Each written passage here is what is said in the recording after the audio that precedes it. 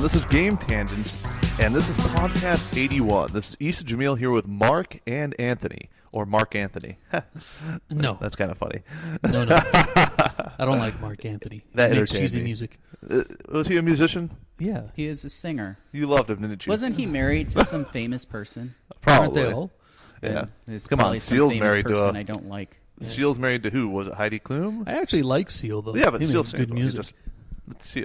Yeah. At the time that he made that music, he was very different from everybody else. I like him, but Mark Anthony is just pop, kind of boring. Did he make money? Don't know. No. Okay. Anyways, let's go ahead and jump in and see what everybody's been playing.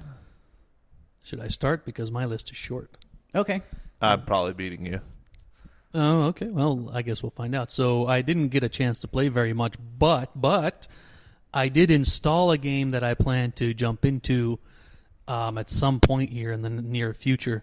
But I did play a little bit of Tropico 4. I continued my gameplay with Age of Wonders 3. So I was playing that a couple of weeks ago. I just continued my campaign. Yeah, that's the game you're going to write a review on. I hope so. I mean, I'll get to it in time. What I want to do is actually start doing more, not Let's Plays, but more, Let's Plays, I guess. I just want to turn all of my gaming into Let's Plays, but let's talk about that later. You want to try to turn, you want to record the gameplay video, right? Right. So what I'm trying to do on my systems, because we have several at the house, excuse me. I don't know why I can't speak today. That's okay. Maybe it's the coffee. I just had 2 cups. But what I want to do is turn all of my gaming sessions into Let's Plays. So I'm working through the computer systems, trying to figure out how to make it efficient so that Just it's make not them too much live. of a... Make them live play sessions.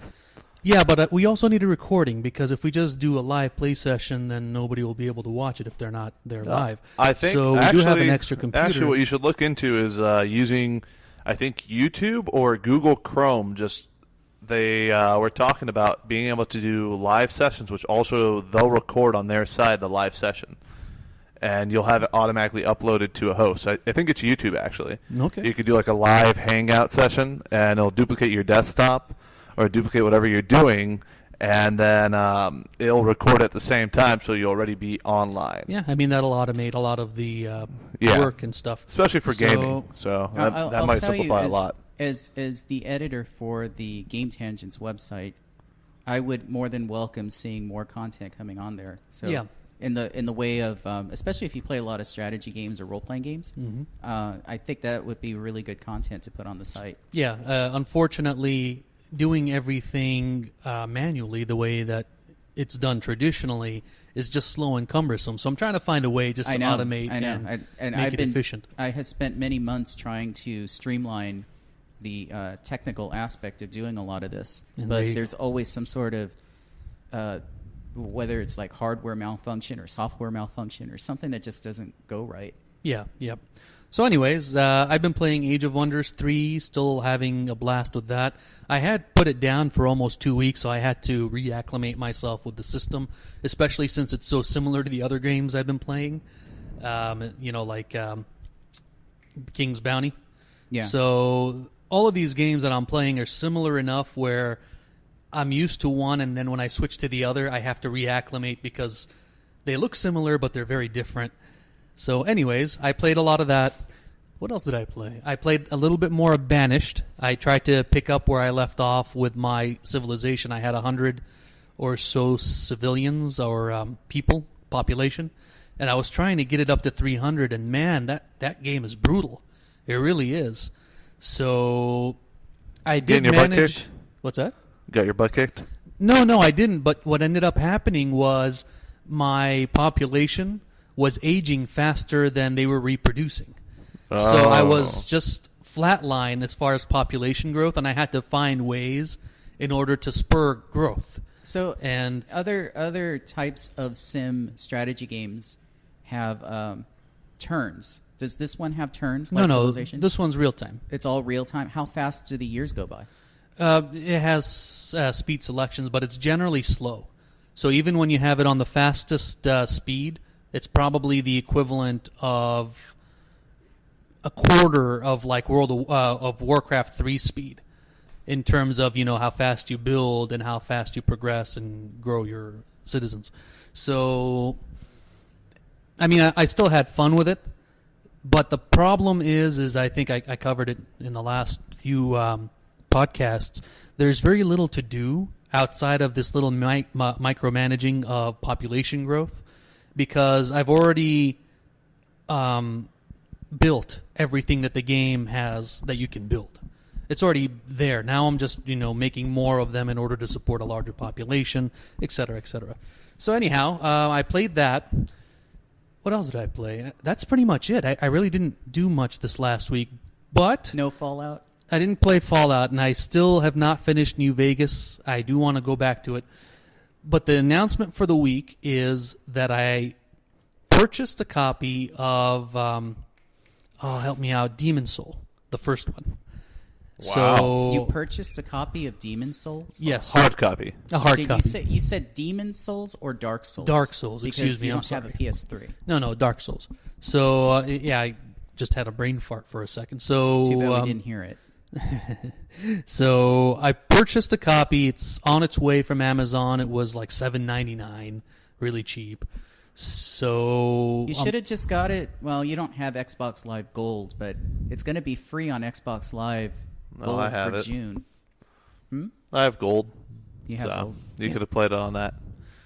I suppose, but I wanted to It's get. only $7.99. It's $7.99. It wasn't a big deal, and you know what? It has so much Did you actually try it? praise. No, it hasn't arrived yet. Getting back to like Let's Plays and stuff like that, I actually was thinking about this as I was exercising yesterday.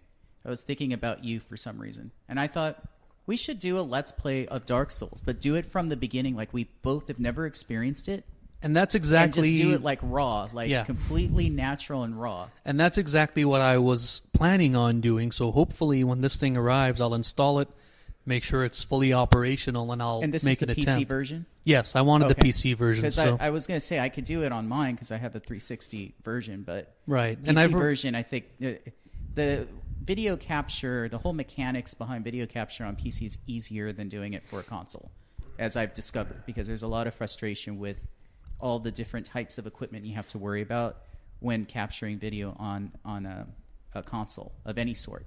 A lot of settings and a lot of things. And when you're Yeah. kind of a novice at it, it's still a little bit new. But typically, doing capture on a PC is just hit a button like Control and F8 or something, and it just goes. Yeah, and as long as you have enough PC power, you can play your game and capture at the Yeah. same time. Otherwise, you need just two systems or a video capture card. So anyway, I'm looking forward to it. I have read reviews that the PC version's controls are not very good. I do have an Xbox controller for the PC for the Because PC. they're playing it with the keyboard and mouse, and that game was not designed to work with keyboard Right, and and mouse. that's what everybody says. So I do have a Xbox PC controller and the USB connector for it. So if worst comes to worst, I can always use the controller. Yeah. If that Well, that's is needed. the way to go with that game, even on PC.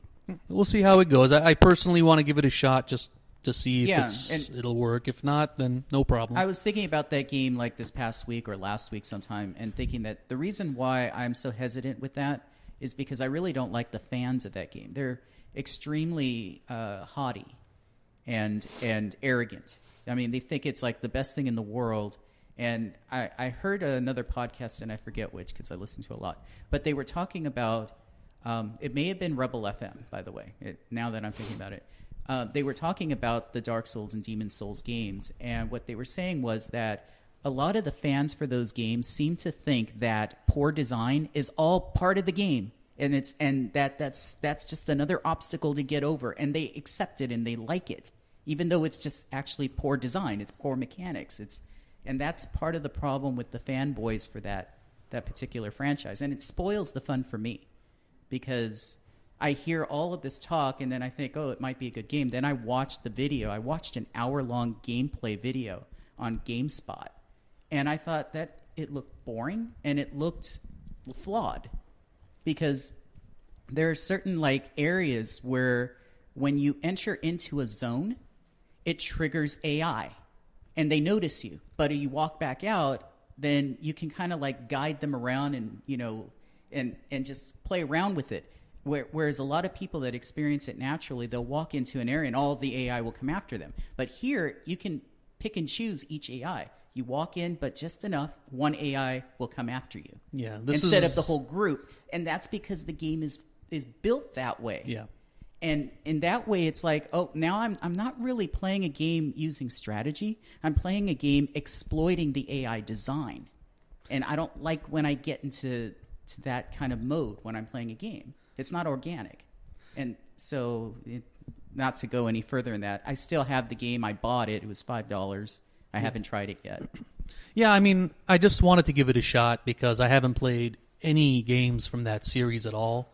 And, of course, it's had a lot of very positive Yeah, it has a lot of praise going around. And we are that kind of gamer. That's the kind of game we like. Dungeon crawl, RPG, etc. Yeah, so I just felt like it's something that I really should at least try. And I want to say this to a lot of the people out there that might be like, begrudging me right now because I'm speaking negatively of Dark Souls. I'm a big, King's Quest on the original PlayStation. I'm a big fan. Those games are hard. They're unforgiving, and they're made by From Software. So those games are awesome because of all those reasons. But unlike Dark Souls or Demon Souls or whatever, they're not unfair. They don't feel unfair. You can save the game, at certain spots where you find save spots, and you can continue from there. But man, those games are hard. But it's all about the exploration. It's all about discovery, and it's really natural because you go in there, you don't know what you're doing. You're just thrust into the situation. You have to survive. And it's solitary, and it's a really interesting environment. Even though the graphics are really dated, it's still a very interesting environment. So I do like games like that. It's just sometimes the praise for a game is a little more exaggerated than the actual quality of the game. Yeah. And you know what? I'm going in there very neutral because I know that it had a lot of hype. Yeah. But at the same time, so did other games that I enjoyed, so it's okay. Yeah. I'll give it a shot. Fable had a lot of hype and a lot of press, the first two especially. And I like those games. They were fine. Yeah. So... Oh, yeah, I can't wait to get Fable Anniversary on the 360. Yeah. I'm waiting for it to go down, but just for achievements. I mean, I played Fable, the original, and I have it still on Xbox. I played it multiple times, but... just for achievements, I'll play through it again. And I think it has the Lost Chapters content included, which I don't have. I have the original Fable game without the Lost Chapters. Cool. So, yeah, I'm very, very excited about getting that eventually.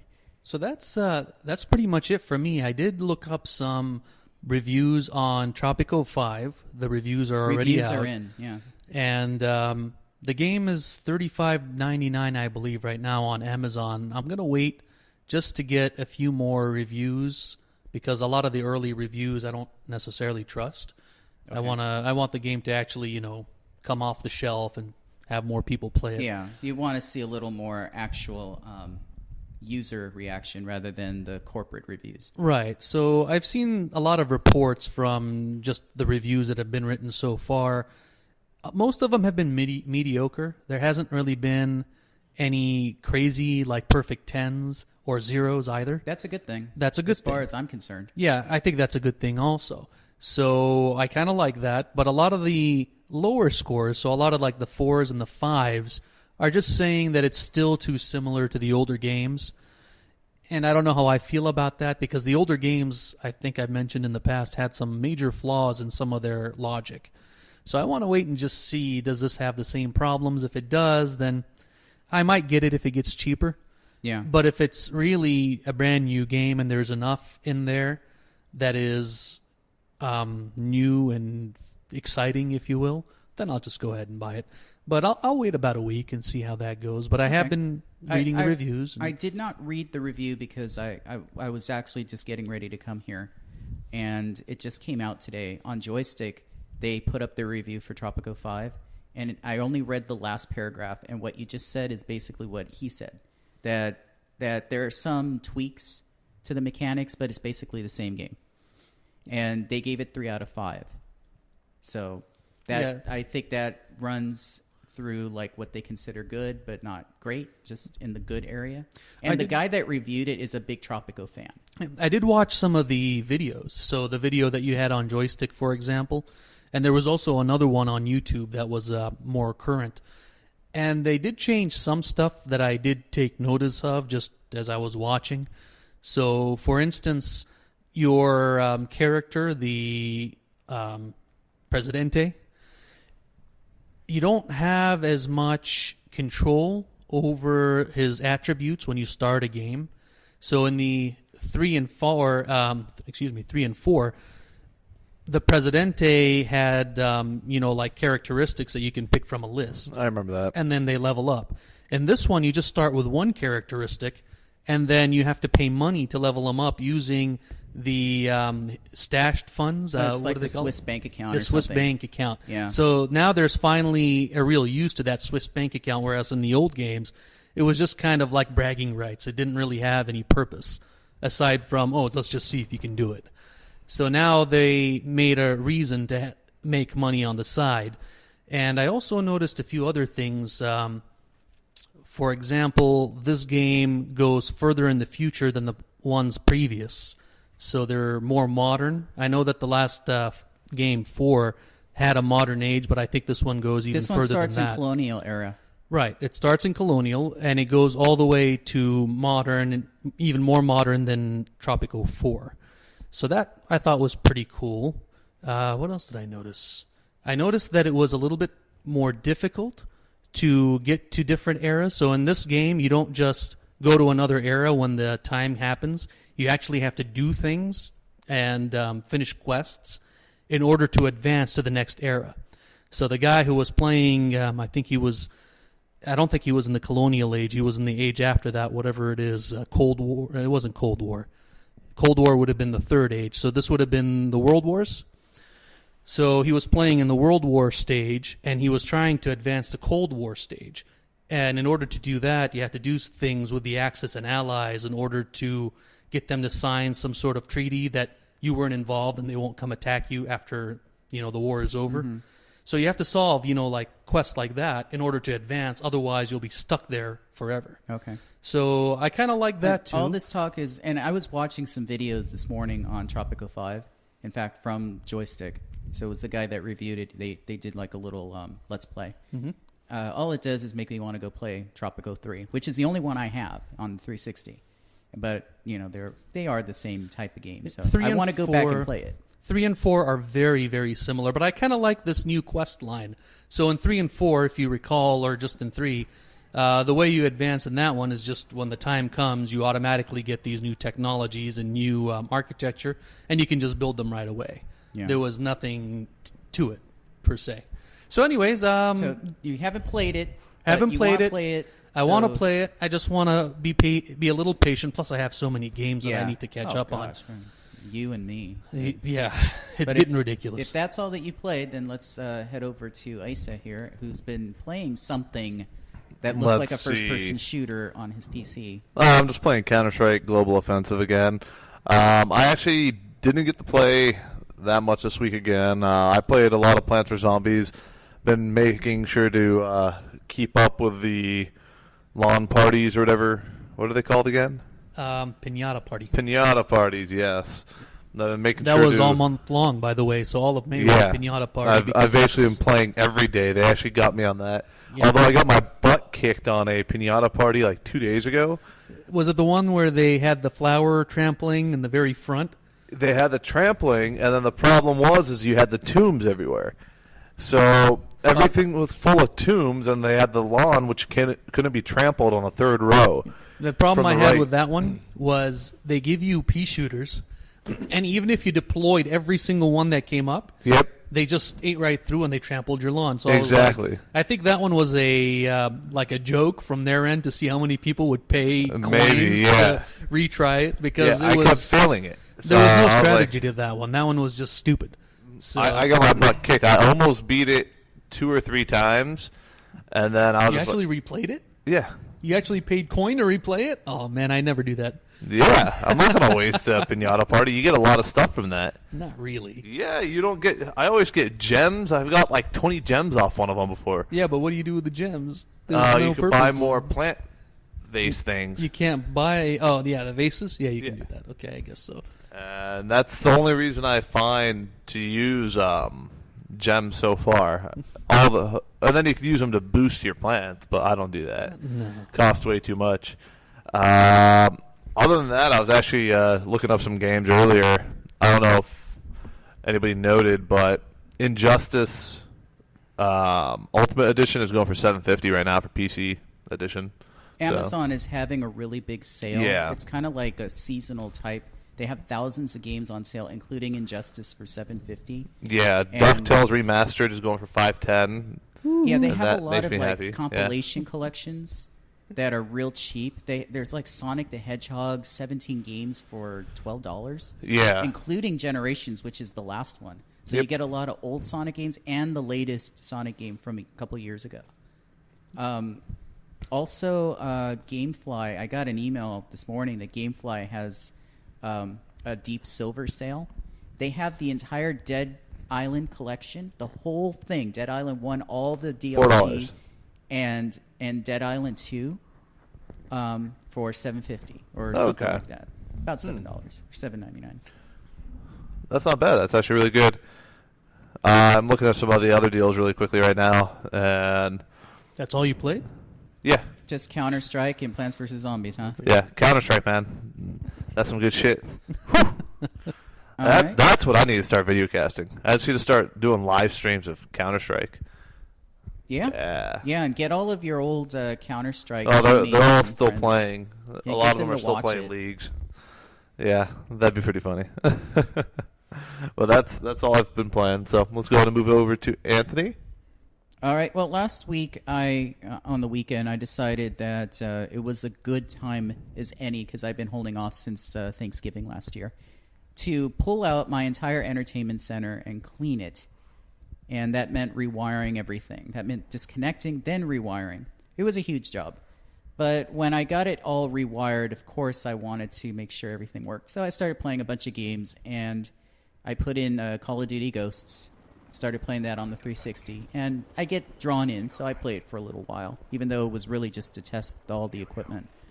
And yeah, I played that. Then I went to the Xbox One and played it there, which was a level that I had already played on the 360, so I'm just playing it twice. And still enjoying that. Look forward to the next one, too, because that one looks kind of cool. Halo Anniversary is another game I've been playing. And that is because I have had it for a while. I've had it since last year. I never played it. And with all the Halo talk last week, it just got me excited for playing a Halo game.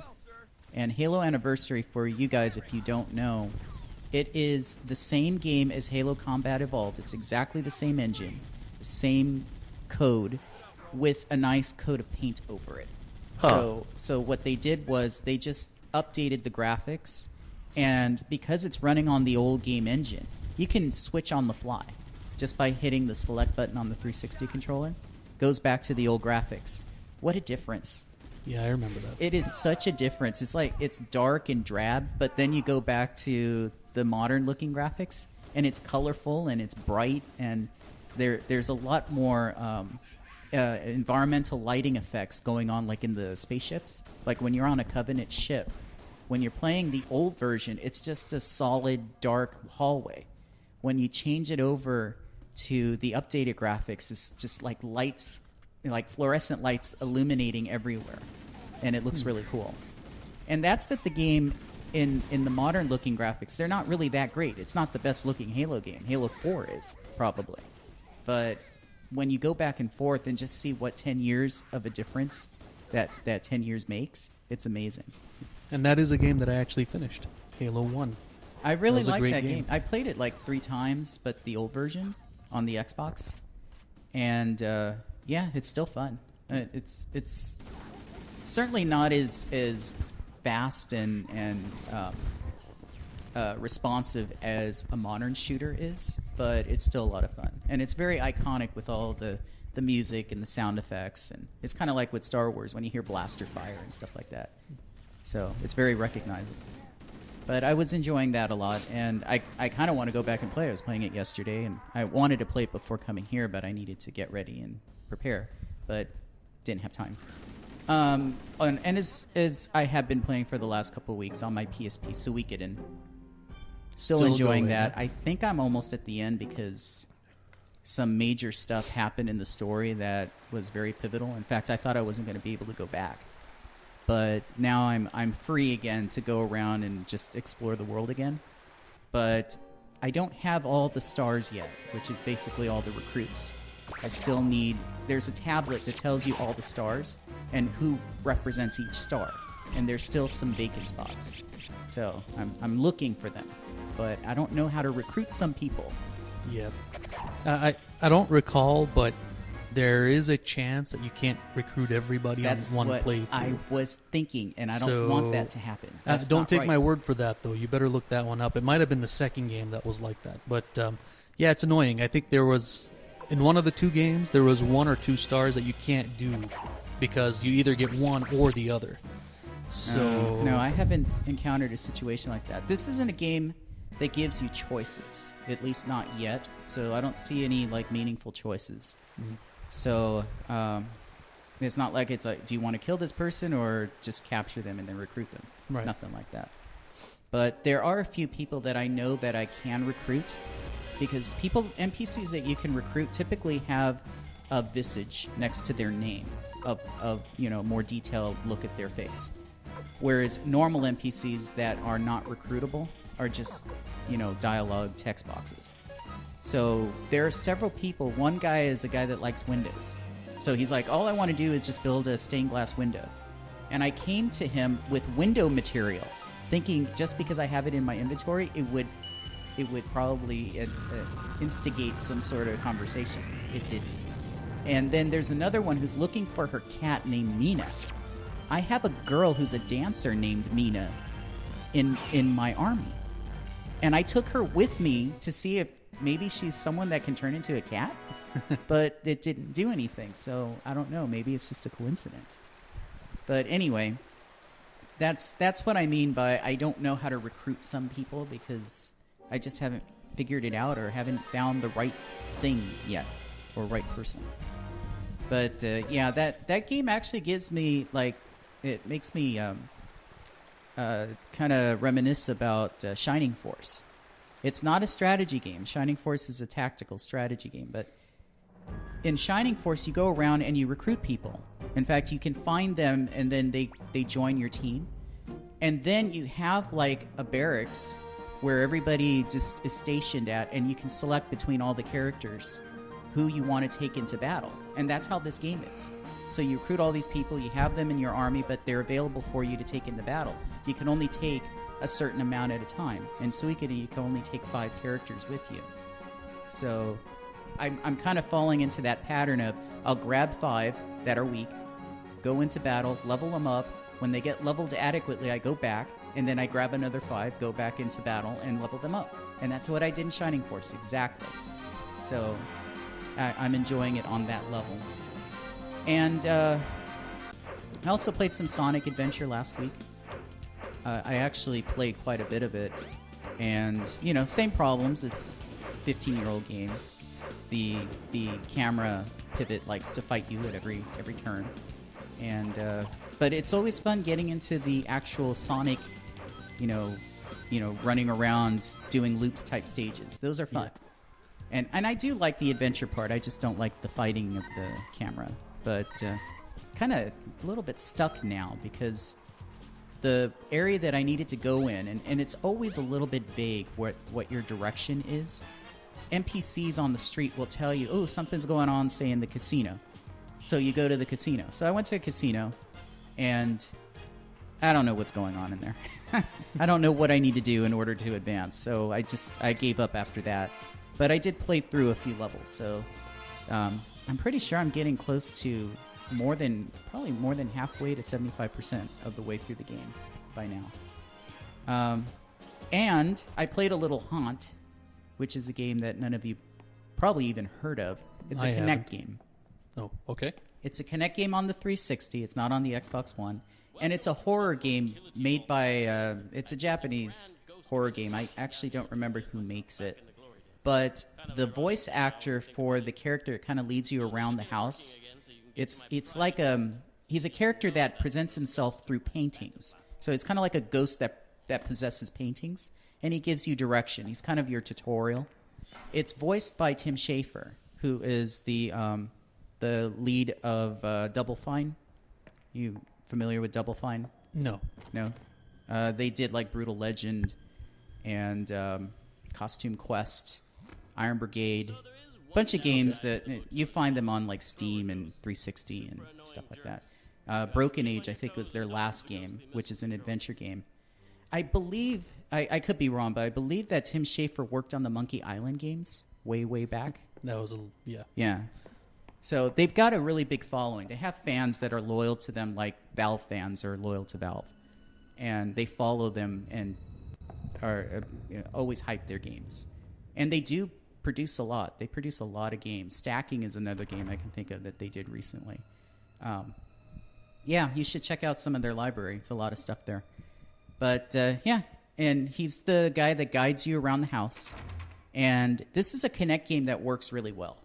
The way that it works is to move, you just walk in place.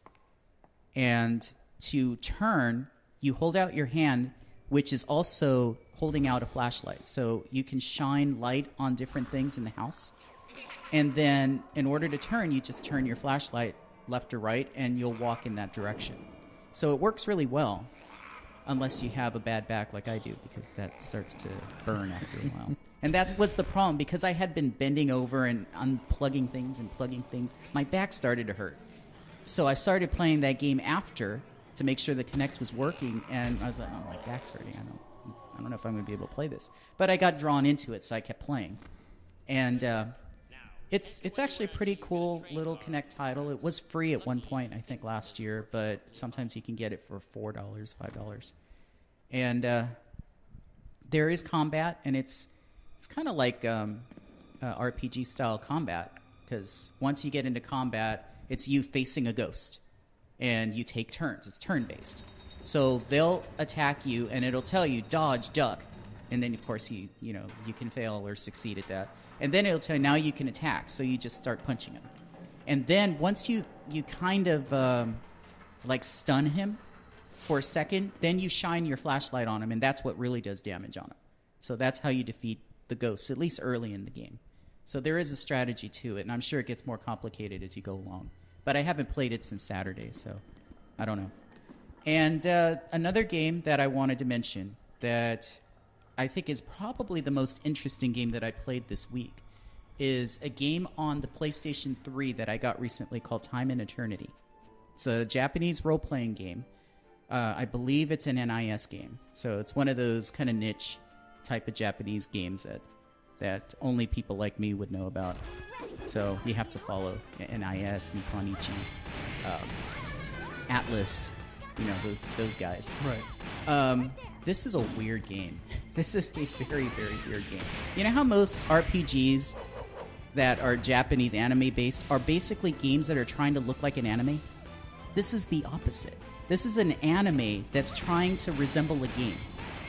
The way that they created this game was they basically created off of cell panels, like animation cells. The whole graphic presentation of the game is an anime, but then they made it interactive. It's not an adventure game, it's an RPG. But it starts out like an anime, and it's full of Japanese tropes. It's about a guy and a girl that are going to get married. The guy's a total pervert. He's always eyeing his fiance's friends, who are more attractive than she is, of course. It's not like she's not. She's really cute herself, and he's always like wanting to get a look at them or something. And they end up, and this is right in the beginning of the game, so it's not a spoiler. They end up going to their wedding, and they're attacked. So we don't even know why. There's no explanation to this. It's kind of a mystery as you go through the game. They're attacked. Guy throws himself in front of the attacker to protect his fiancée wife, and gets stabbed through the, I don't know, chest or abdomen, and he dies. Or at least is about to die when you're transported back in time. Okay. That's why it's called time and eternity. There's a time mechanic in the game that's very important to the central core of the story. And as it turns out, the girl has dual personalities. Same body, but two different, distinct, individual personalities. And what makes this game really interesting in the gameplay mechanic is because of those personalities, each character has a different fighting style. So the girl that you are introduced early on that the guy is marrying, her personality is really good at range. So she carries a rifle and she shoots, and she can basically, you can shoot as fast as you can press the button. And keep in mind that also this is an RPG, but it's not turn-based. It's kind of like a turn-based RPG where you get into a battle and you're facing off against the enemy. Okay. But think of it more like Mike Tyson's Punch-Out. You have to read the movements of each enemy and time your attacks in between their attacks. So, and they each attack on a pattern. So it's like the Tales of type games. It's almost real time, but it's not really real time. It's not real time in the way that the Tales games you can run around in an arena. This is you standing there against them standing there. Oh, okay. So it's like a turn-based RPG, but everything is happening all in real time. So as they're doing their movements and getting ready to fight, you can attack. In fact, they'll attack you and you can attack them. And they can interrupt your attacks if you fail to time your attacks properly. So I guess this would be more similar to fighting Toneberry on Final Fantasy or something like that. You have to wait till he does his thing, or was that Toneberry? Or was that the think Mike Tyson's Punch-Out or Punch-Out on the Wii, where you're watching them and their movements, and you have to read when they're going to attack. And when they throw their attack, then they're vulnerable. You attack them. Yep. Well, the first girl, her name is Toki. She's good at range. When she transforms into the other personality, Toa, she's good at knife close combat. So the difference is Toki can shoot as fast as you can press the button, whereas Toa, she can still use the rifle, but she only shoots in 3 shots at a time, and then she'll pause for a second. So it changes up the strategy when you're one character versus the other. And on the reverse, Toki's not really good at attacking with the knife. She can still kick and do, spin moves, but she'll pause for a second. Toa just keeps on slashing, and they do a lot more damage. So you want to be careful formulating your strategies based on which character you're using, and then, of course, based on what enemy you're fighting, because every enemy has different types of strategies and different types of animations. So that's what makes the game interesting. This is not an RPG game I can play when I'm half asleep. Yeah, because you have to be active. Yeah, and that's kind of the only problem with it. I want to keep playing it, but a lot of times I'm playing games late at night and I'm ready to just fall asleep. Suikoden's perfect for that. And once I start feeling, I could just press the button, keep one eye open, and press the button and just, okay, that's good. Until you fall asleep. Yeah. And this game, you can't do that.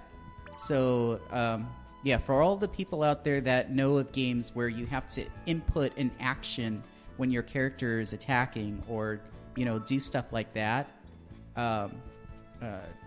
what is that game? Shadow Hearts is like that with the Judgment Ring.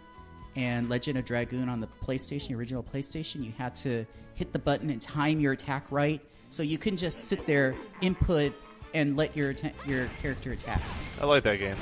Legend of Dragoon. You played that? You remember that, so you know what I'm talking about. That was like the only RPG I played on the PlayStation. I actually rented that a long time ago. Yep. That's how we ended up playing it. I beat it in, I believe, a day and a half. Yeah, it was a really quick 2 game. days. And then he went ahead and used it, because back then Blockbuster would rent it for, was it 3 or 4 nights? That's what the rental was for?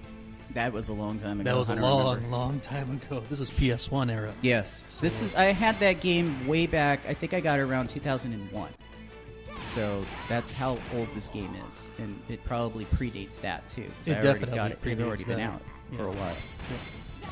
That was. I really like that game. I wish they would go back to that franchise. But I like games like that, but the problem, again, is you have to really focus your attention on them. But Time and Eternity is a game that's gotten some pretty low reviews. I don't know why. It's just because it didn't meet certain expectations. It's actually a funny game. Oh, and I wanted to say also the pervert protagonist guy, when they go back in time, his soul gets transferred into Toki's pet dragon, like this diminutive little dragon mascot. Okay. His soul gets transferred into the dragon. She doesn't know this, and they can't communicate because the dragon can't speak in language. So you hear his thoughts all the time, and his thoughts are just totally perverted, even though this whole situation has happened, and it actually is kind of funny. So if you don't like, Japanese anime tropes, perverted male protagonists, cute girls all over the place that are just flaunting their cuteness around him, and him always making comments about it, you're not going to like this game. But if you don't mind all of that stuff and like interesting RPG systems, unique RPG systems, this game is actually something you might want to check out. It's a lot better than the reviews make it out to be. I'm guessing that it's been done so many times in anime that anime fans may just be bored of it. So the story that you're describing, I'm just assuming most people who play these games probably do it for story. So the story's all right. It's still a mystery. We are just kind of investigating what's going on, and she's trying to find out who it is that attacked them and why. Yeah. So everything is a mystery, and I'm sure it will be revealed. There is a hint of seriousness to it because what happens is horrible, and it is presented that way. So even though the stupid little dragon with that guy's soul in it is always, ogling after the girls and always wanting them to give him a bath, there is that like overtone of seriousness to it. But I still haven't played that much. Maybe I probably played about 8 to 10 hours. Yeah. So these are 40, 50-hour games. So that's only probably like a quarter at the most of the game. But it's got an overworld map. Once you get into a normal like geographic location, it's just a big open area that you can explore. There are like waypoints for points of interest, for markers for your next objectives on the map. You can explore the map looking for treasures, random battles. You don't see the enemies on the screen. It's all random. And it follows a normal convention of RPGs. It's just that the battle mechanics are totally different than anything I ever played. So that's what I think makes it interesting. And when you're watching the character moving around screen, it's a little weird because the character model herself is an animation cell, and she animates and looks like an anime character from a cartoon. Cool. But the world itself is all 3D polygons, and it's a little weird looking. She's really detailed and animates really well, but the world itself it's very colorful. That's the good thing. Game's very colorful, but it's lacking in detail. So it could have been done on PS2, basically. But it looks good, nonetheless. It sounds interesting. Yeah, that's Time and Eternity, and that's pretty much all that I played. But I do want to get into another topic that transcends what we've been playing, but I think it's something that's interesting for tech guys like yourself. This week, Steam released their in-home streaming service. I noticed that. Heard about this. Yep, it's pretty cool. But go ahead. Yeah. Okay. I've been playing around with that. So I have been playing like Borderlands. I played a little BioShock Infinite, but just to test the in-streaming service. So I want to give you guys a little bit of my experience. So what this is supposed to do is, if you have a main host account for Steam, like your main computer, you can set, as long as you have other computer devices, they all have to be Windows-based at this point, but apparently they're going to allow for other devices in the future. Any Windows-based like laptop or whatever, you're supposed to be able to connect through your network to your main computer and play your games from your main computer, streaming on your screen for whatever device that happens to be. In my case, a Windows 8 laptop. So I have my laptop. I'm playing that. Yesterday I turned it on for the first time, and I connected everything together and started playing BioShock Infinite. And I was impressed. It actually worked. On my laptop, I'm playing BioShock Infinite in the highest settings, which is absolutely impossible to do if I were playing it through the hardware of my laptop. And it had a little bit of lag. There was some audio popping. But it worked. It actually worked. So the most, I guess, glaring issue was just the lag I was getting with the controls. And I had to change the control sensitivity because it was way too sensitive. And it didn't help all that much, but it did ameliorate the issue just a little bit. I think I would be able to play that game using the streaming service with the controller better than mouse and keyboard. So I didn't try it, but I intend to. That was yesterday.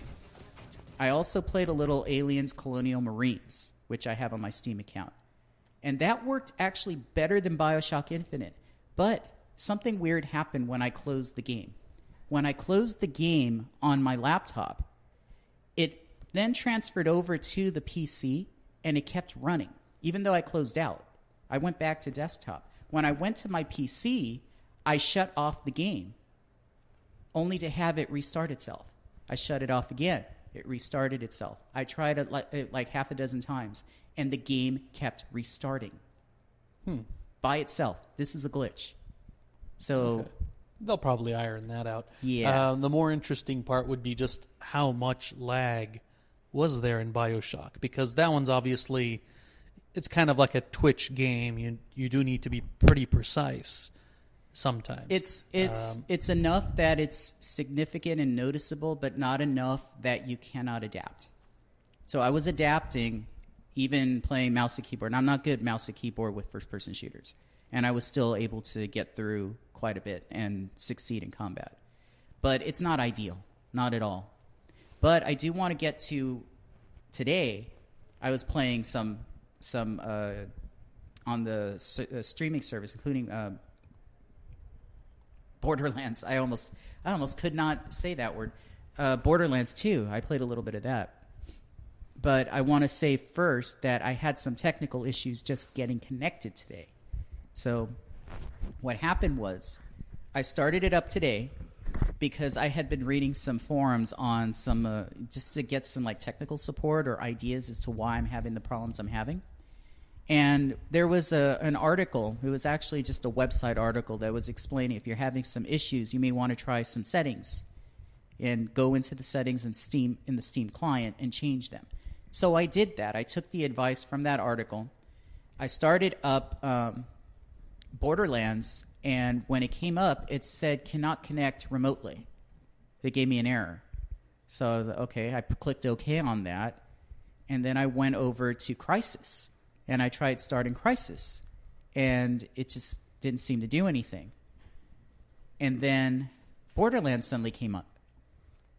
Okay. And then Crysis came up. I had Crysis and Borderlands running simultaneously. So I went into Task Manager and I tried to close them out because I didn't want them to collide.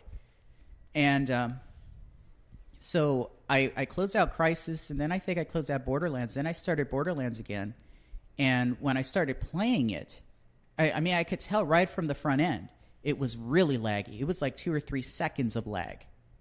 So even just scrolling the mouse around, it would move 3 seconds later.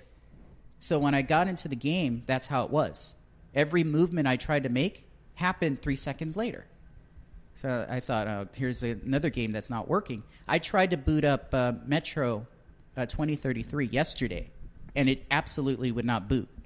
So I didn't even succeed at getting in. No, I actually did succeed.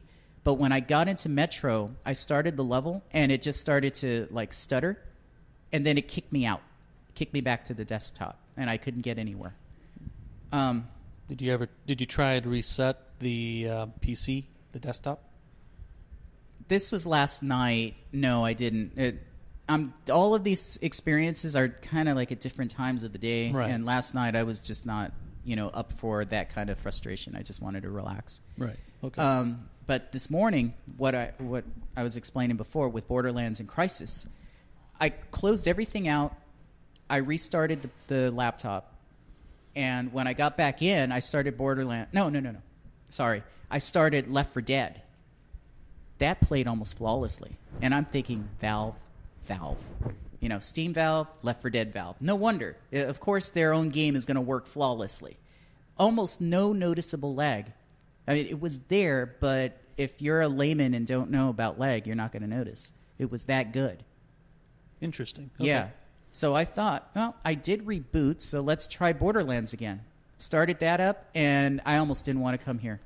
I was just playing Borderlands, streaming through my laptop from my PC in the room with PhysX on, playing it on my laptop. I can't play with PhysX on this laptop. This is a Radeon-based graphics chip. Yeah, it worked just fine. A little bit of lag, but not enough to be not even significant. Interesting. Okay. So that's this might have some potential within your own home. Yes. Yes, I it's think a streaming online LAN. is still the latency is still not going to be ideal for anything. I don't think. Of course. Except for turn-based games and such. But in your own house, it sounds like it might work. And I think a lot of it was I took the advice of the article, changed some of those settings in the clients because there are settings specific to the host and to the client. So, the PC in the room, I set it. I don't think I really had to set that to anything, but the client one, I had to set it to like an unlimited microbits or something, whatever it said. Packet size or something like that? It gives you like a big list of different settings, and I just set it to unlimited, and maybe that made a difference. I'm not sure. The other thing is you can also set Steam to cap your resolution at 720p. I don't need this at 1080p because this laptop only has a 720p screen, so 720p is fine. And yeah, that after I rebooted and started up again, it worked pretty much as advertised. So I think that there's still problems with some games. Some games aren't going to work as well as others, and hopefully they'll all be patched so that most games will work. But as it is now, this is a very exciting development, at least for me, because I love being able to play in my living room while I'm watching the news like I do with my PSP and my 3DS. With my laptop, now I'll have my entire Steam library available to me on my laptop. Well, good. Without having to install them on my laptop. Yeah, so. I mean, I can see that working. I don't see any reason why every game would need to be patched necessarily, but I can see this technology working within your own home. So, yeah, why not? I still don't think it'll work online, though. So all of those attempts... Not yet, yeah. Not yet. I don't think it'll ever work online, because I don't think even if we improve the speed of the internet, where everybody has like 50 megs or 100 megs or whatever, the latency will still be there. Because even at the speed of light, you still have to go through routers and such. The packets are going to slow down at every hop. So no matter what you do, you'll always have latency. The only issue that I had with Borderlands 2, the second time around, was that every now and then the screen would black out for like a split second. And it wouldn't last more than a split second. But you see when your screen goes black. But it never interfered with the game because it happens so fast that, it's not like anything can happen within that very short amount of time. But, yeah. It's very cool. Yeah. And I purposely wanted to try these games because they're so fast-paced. Left 4 Dead, BioShock Infinite. That's why I tried those first. Because I know with an RPG or something that's really slow-paced, this is going to work just fine. You're not even going to notice the lag, really. But on a game like that, you will. Because it's so dependent upon a controller or interface sensitivity. And, hey, it was working. And I'd be able to play it better with the controller because I'm a lot more skilled with the controller. I have a feeling that this would probably also work better on a Steam box just because it's more stripped down than a Windows machine. So... I mean, yeah, I think that's a good observation. Yeah, it's basically just virtualization. That's what this is. It's just a very streamlined and efficient form of virtualization, which is where the PC world has been going the last 10 years anyway. So even if you go into like a server room now, almost anybody with half a brain, they don't buy separate machines anymore. You just buy one powerful machine, and you virtualize like 6 different operating systems on one machine. Because a lot of these servers, they don't really do much, especially like in a small corporation. This is basically the same technology. So if you have a PC, heck, you don't even really need an OS anymore. You just need a machine that can boot and connect to a stream. So, I mean, that's kind of cool if you think about it, because it cuts out a lot of the excess weight of having a second OS on your machine. It's kind of like the old days. Remember the, what do we call them? Like dummy terminals and mainframe computers? Kind of like those old days. Anthony and I used to work at LensCrafters, so he'll remember this. The machines we had at LensCrafters, the dummy terminals didn't have an OS on them. They were just an extension of a machine that was sitting in the back, and it was just showing us what was running off of the main machine. It's basically just like a return to the mainframe system, which is kind of cool. No, this is orders of magnitude larger in sophistication. Of course. What we're pumping out here are modern day games. Things that require a hefty gaming machine. Yes, and hopefully this technology, if they get it even more perfected or more efficient, more refined, it'll mean less money for the machines that are the dummy terminals. So like your laptop. I've already seen, when I was looking through the forums for the technical support, I was already seeing people saying that Microsoft should do this with the Xbox and stream games and stuff like that off of, I don't know, some main hub or something. Mm-hmm. Yeah, I mean, actually, Microsoft already supports that. It's a system virtualization. You can actually log into any system and utilize it like you're there. It's just not efficient. Yeah. So, yeah, I mean, I'm glad to it'd see be really cool if you buy one machine like the Xbox One and can play it on practically any TV in your house. Yeah. No matter where you are. Microsoft Windows already has that functionality. It's had it, I think as far back as Windows 2000. So they just needed to make it better. So now Sony's exploring a little bit with this whole streaming stuff. They're already doing it with the Vita and the PS4, I believe. Mm-hmm. I've never used that because I hardly ever got my hands on a PS4 or a Vita. I've never even touched a Vita. But just to kind of segue into that, there is some news about Sony and their PlayStation Now streaming service, which I've talked a little bit about in shows prior. That's the streaming service where they're going to have their old game library almost like for rent on the PS4, PS3. It's been in open beta or closed. Maybe it's been in closed beta on PS3. I think now it's open beta for PS4. So they have expanded the beta service over to PS4, which is now it looks like they're going to allow you to play. Why can't I get this out? It's just like you having a problem talking. PS3 games, PS3 games on your PS4 at some sort of, I don't know, subscription fee, which they were talking about. And they're going to try to stream it through online?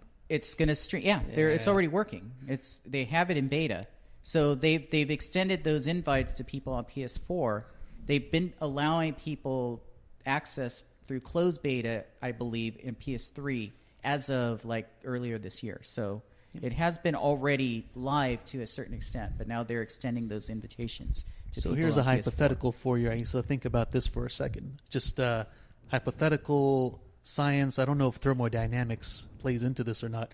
Can we make the game predict what to send to the end user? So somebody who has a laptop or another device through the streaming, can we create it so that it's predictive and hides the lag and then react to the lag on the server as if the player natural. was... So, I mean, that's almost like predictive, like it can see the future. Like it can predict a specific user's tendencies almost, or what they would do. In order to eliminate this lag, because this latency is never going to go away, as long as networks have routers and switches and a billion things from the server to the end user, you're always going to have latency no matter what. And of course, you'll be at the mercy of the traffic and the time of the day and your neighbors. So is it possible from a physics perspective to program a game that assumes latency on the server? Can that be done, or is that against the laws of all nature? I have to think about that for. Have you ever heard of anything like that? Forward process almost. I mean, why couldn't you just theoretically process every single outcome if that could possibly happen in the next 15 seconds of the game or next X amount of seconds, whatever the latency is? But that still doesn't solve the problem, because it would still need to get the reply from the user. Correct, but if everything's already processed, it can just give the exact Can we make it thing. Just look like it is predicting? Without actually, because obviously it's impossible. You can't predict. You can't see the future. But can we make it emulate something that, oh, you know what? What if it replays the same thing, assuming latency? So, for instance, it sends information and basically just stays on hold until there's a reply. But on the player's side, it looks like it's still fluid. Correct. That's kind of what I was saying. It's almost... is that what you were saying? Yeah, if you let it process so say you're playing a fighting game. No, you can't process every single possibility. Yeah, you can. It just comes down to processing power. But it doesn't help you. Yeah, it does. The only one that actually displays would be the one that you decide. It's just the software, the hardware is going to have to process. Dude, there's no way. Latency time. There's no way. Consideration. You know what I'm really hopeful for is that somebody somewhere just happens to be listening to this podcast who's a lot smarter than both of you put together, and will leave a comment, a detailed explanation as to why or why not your idea might work. Well, I just want to make sure that this isn't against the laws of conservation of energy. Can it be done?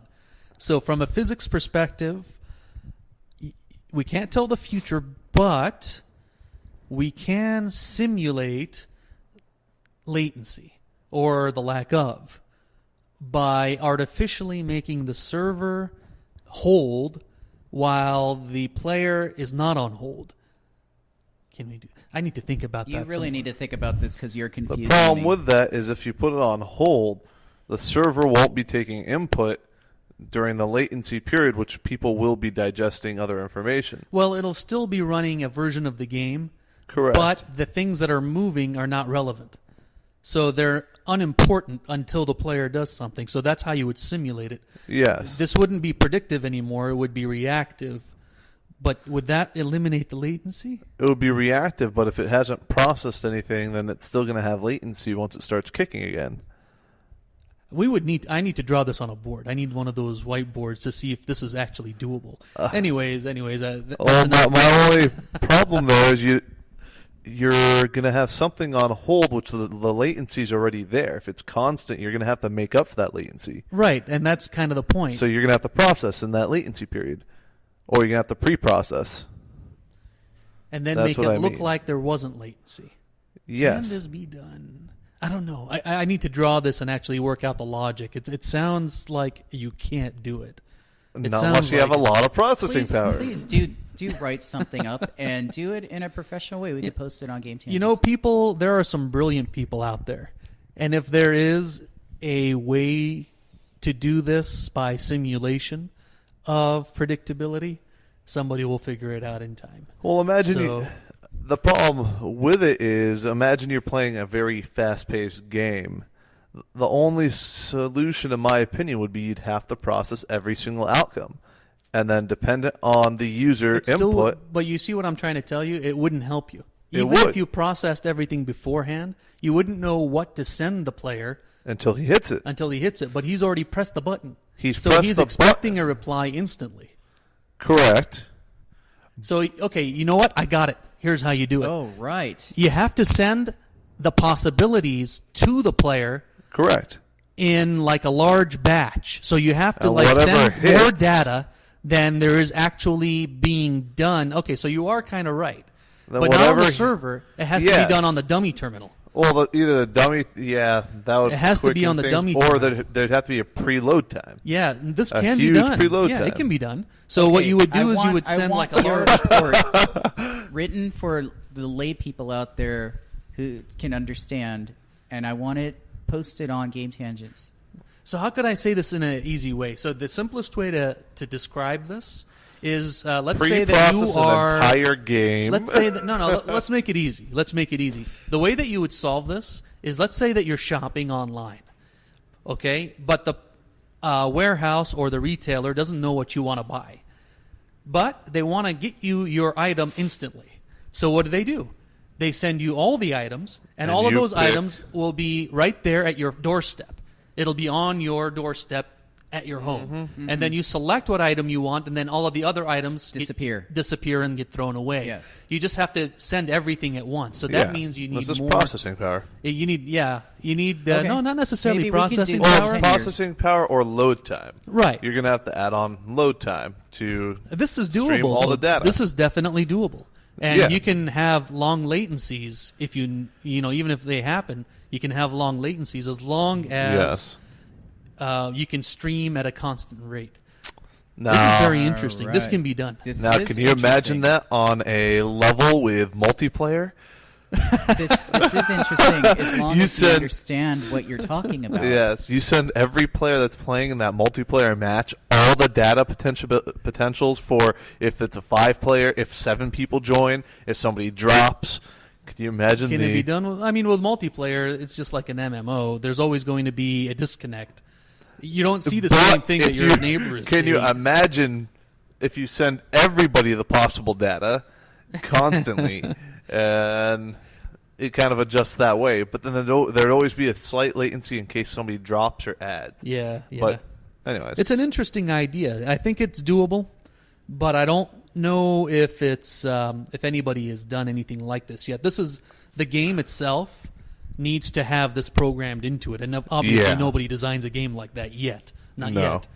So it would be very interesting. We really diverted we're here. going way beyond the like whole purpose of the show. But you heard it here. It can be done. It can be done. Yes, It can be done. It can. In 10 years. And you don't need to break the laws of God in order to do it. Yes. Okay, so that was really the only Sony news of worth for the week. It's a very slow news period because we're right in front of E3, and unlike a lot of other years, we're not getting a lot of leaks.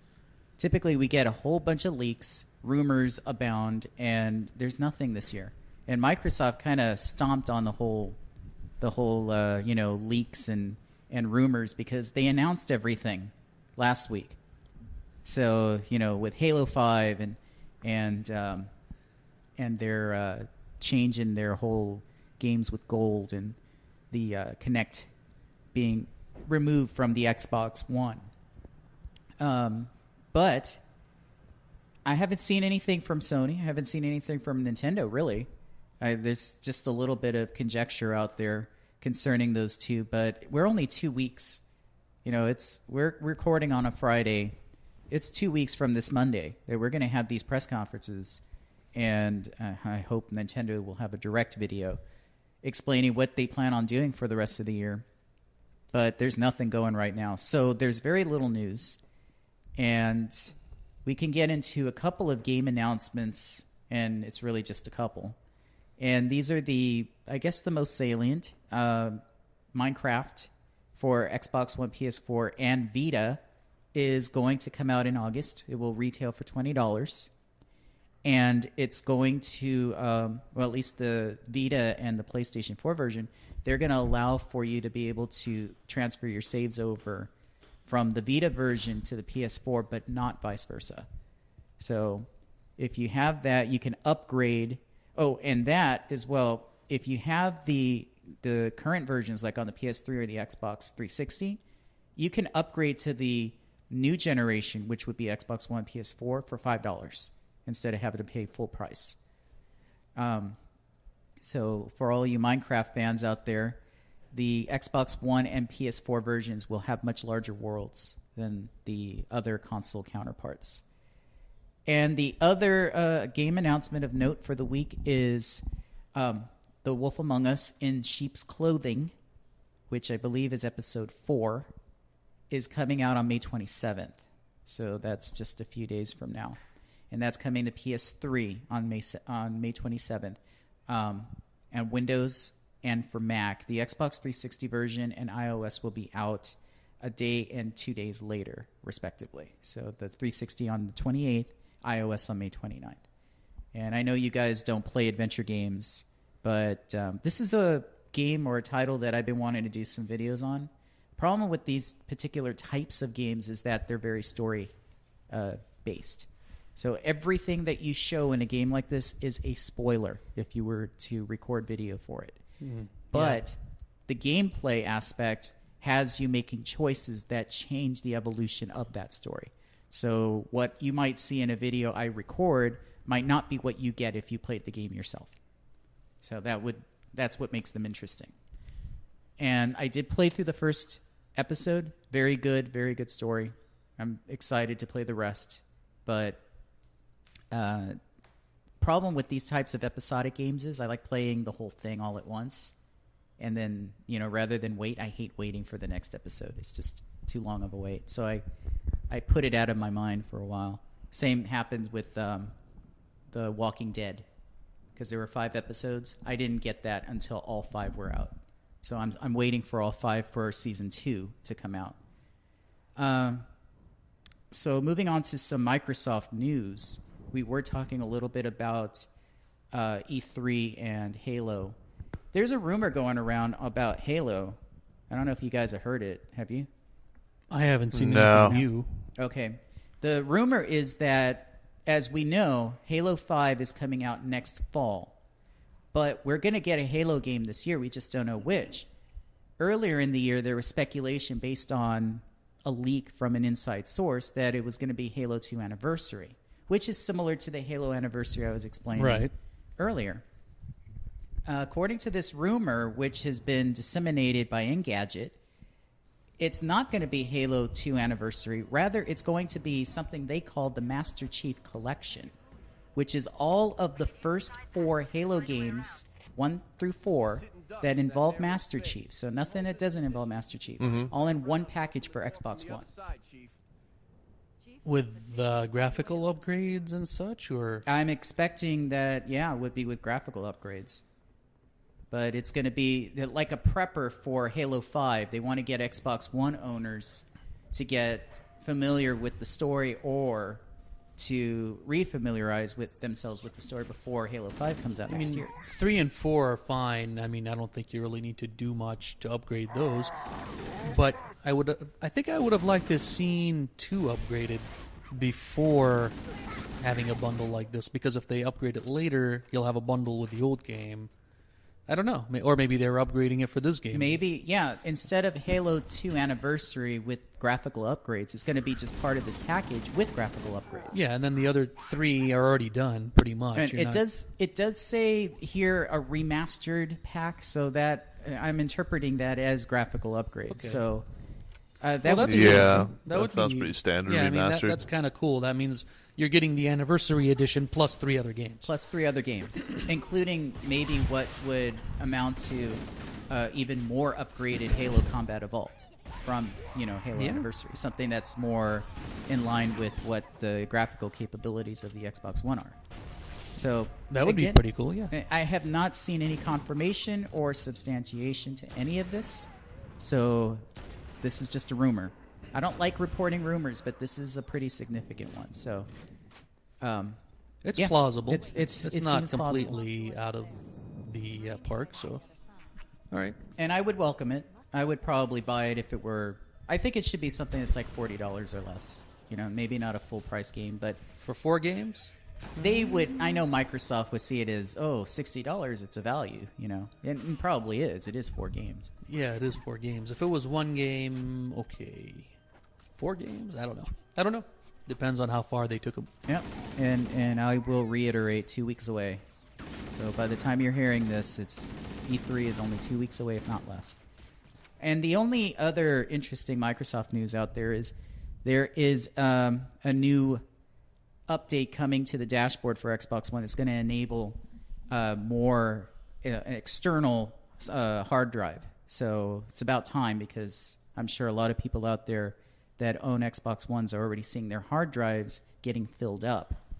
So we're going to see external hard drive support, USB 3.0 coming soon. I think that's going to be in June. So look forward to that. And there are some other updates involved. Whenever they update these things, it's like a myriad of things that I just simply cannot put in my notes because it's just too many. But they're going to update the Skype functionality on Xbox One as well. Okay. Apparently, as it is now, you could snap. There's a function called snap. When you call out to the Kinect, you say snap. If you're playing a game, what it does is it moves over the screen a little bit, and it opens a window on the side of the screen that allows you to initiate a new app. So you can do that simultaneously. You can use the app while you have the game playing. And apparently, the way that it works now, because I've never used it, is that you can snap in an app on the second screen only when Skype is on, but not the other way around. So if that makes sense. So it only works one way. Basically, this update is going to make it work both ways now. So if you have Skype on, then you could snap in a window for something else. Or if you have something else playing, you could snap Skype in on the You have to see it to understand it. Okay. But yeah, it says here users could previously snap in other apps as a second screen to Skype's main screen. So that means Skype, when you have Skype on, you're using the Kinect. If someone else on the other end has a Kinect, you can see them in high definition on your screen. So that's how it works. So you basically see them in whatever the camera's picking up in the room. Here, what this means is when you have the Skype screen on, you can snap something else. But it doesn't work the other way, in reverse. So if you have something else on, you can't bring up Skype and have the little image of the camera, whatever the camera's recording on the other end, on the side of the screen. So it still seems like you're not quite following, but I guess you just have to see it. No, I get it. So they fixed it, so now you can have Skype, or now they fixed it so that it works both ways. Yeah. So and that's a big deal for a lot of people, because that's part of the big attraction to the Xbox One, was having that functionality of being able to snap in apps as you're using something else. That's why there are what they claim are like 3 OSs running in simultaneously. 3 desktops. 3 desktops. Right. You know, one for Kinect, one for the apps, and one for the games.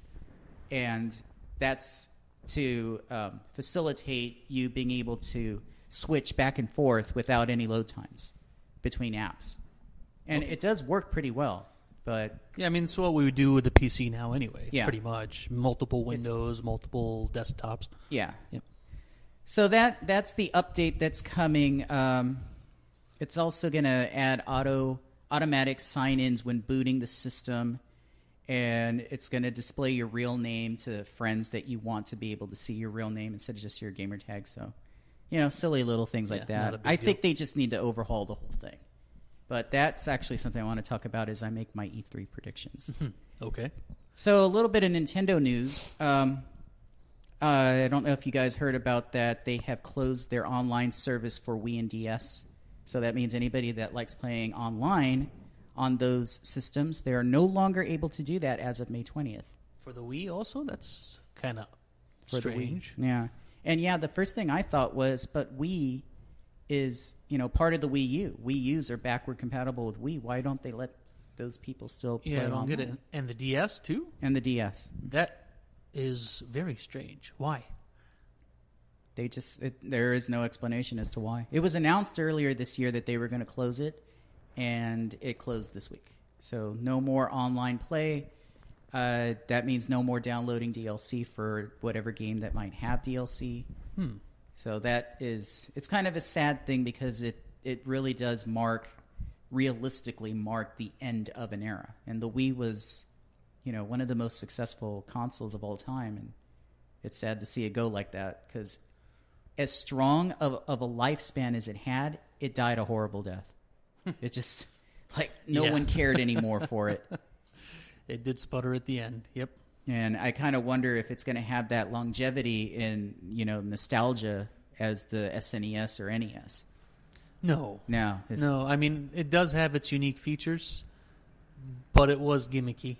Yeah, that's the problem. Yeah, I mean, those other systems were the foundation of modern gaming. So, different levels. Still be memorable, though. I'll always remember the Wii. I'll always remember like my niece and nephew playing and my wife playing the Wii games and the bowling and sports and the WarioWares of the world. And yeah, those were fun. Yeah, and it was a good system. So last thing on Nintendo here is, I know I talked about this before, but it's been a few months. Hyrule Warriors, which is a spin-off of the Zelda series.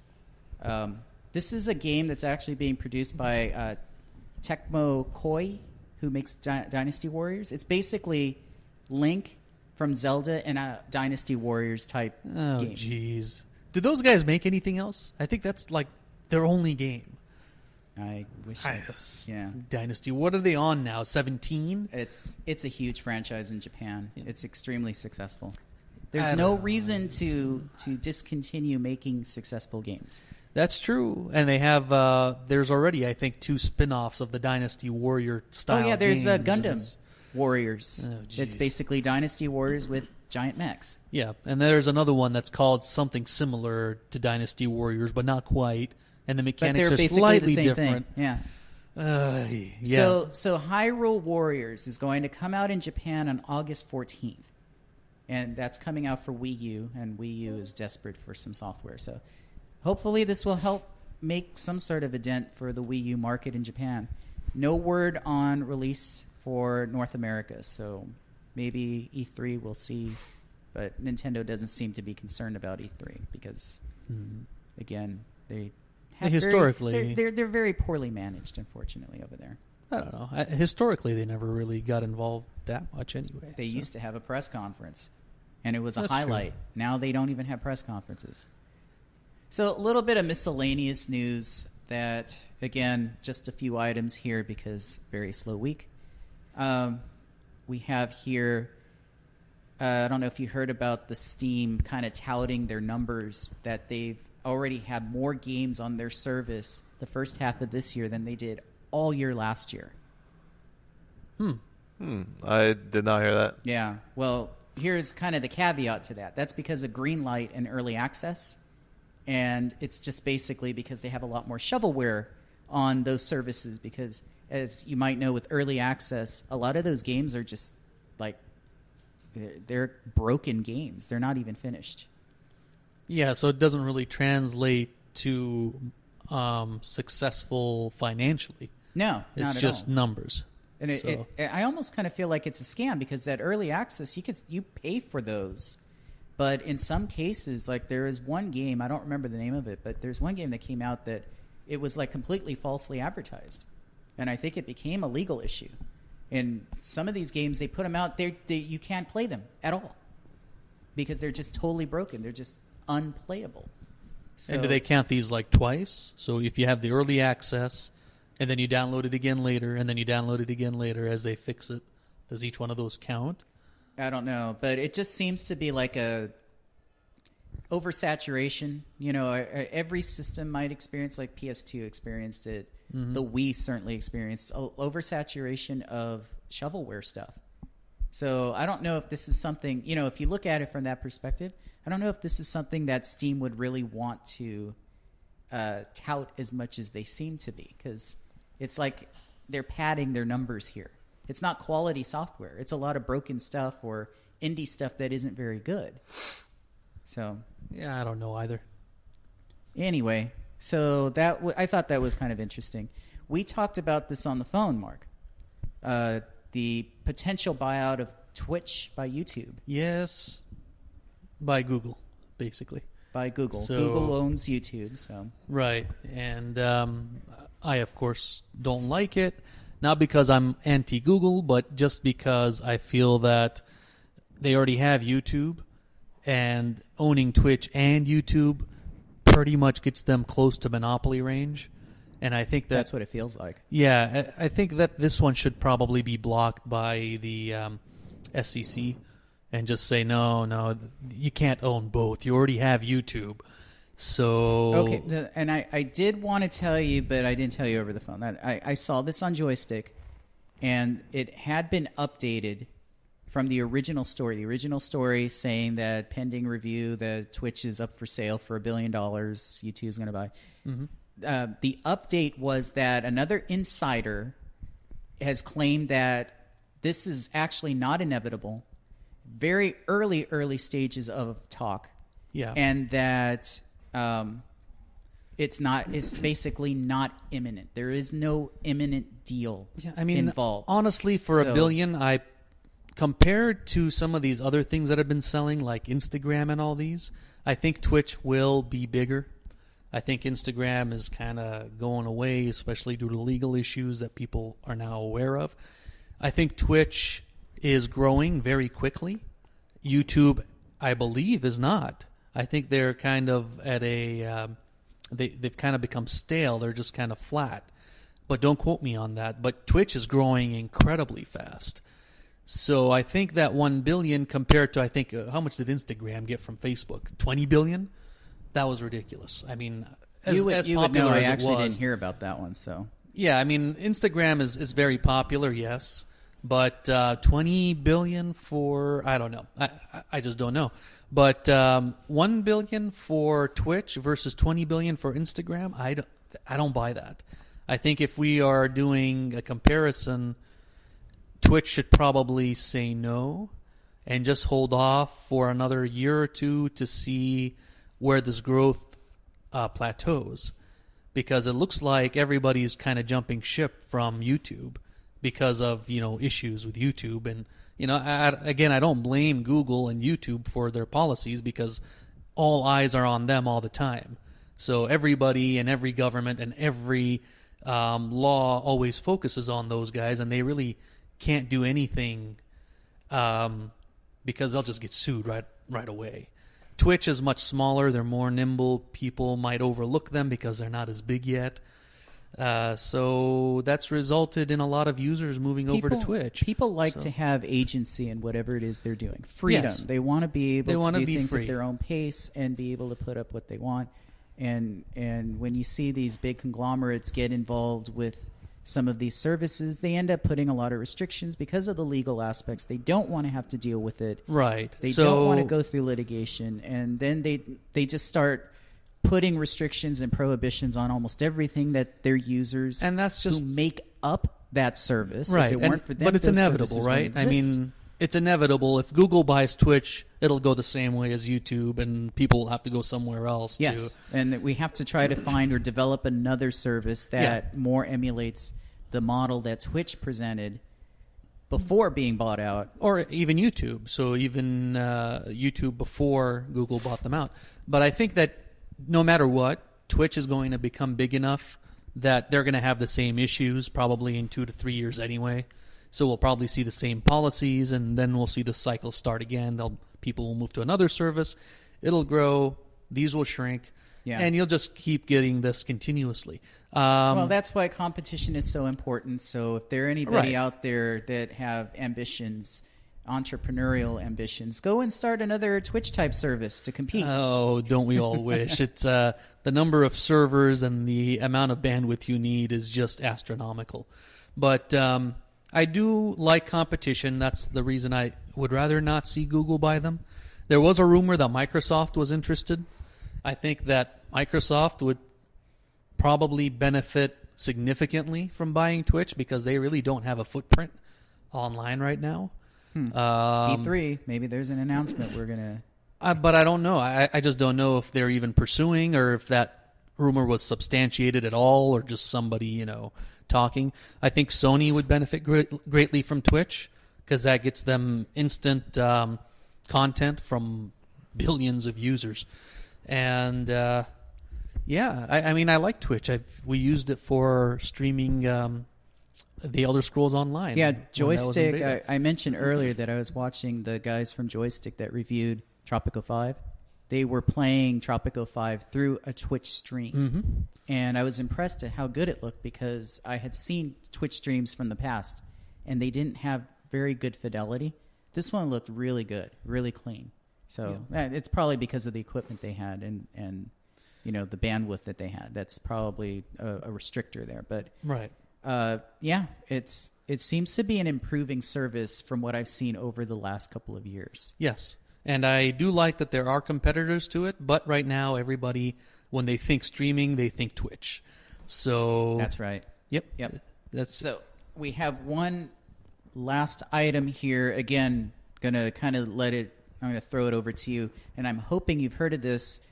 As some of you may remember, Vivendi used to own Activision, and last year Activision repurchased their independence from Vivendi.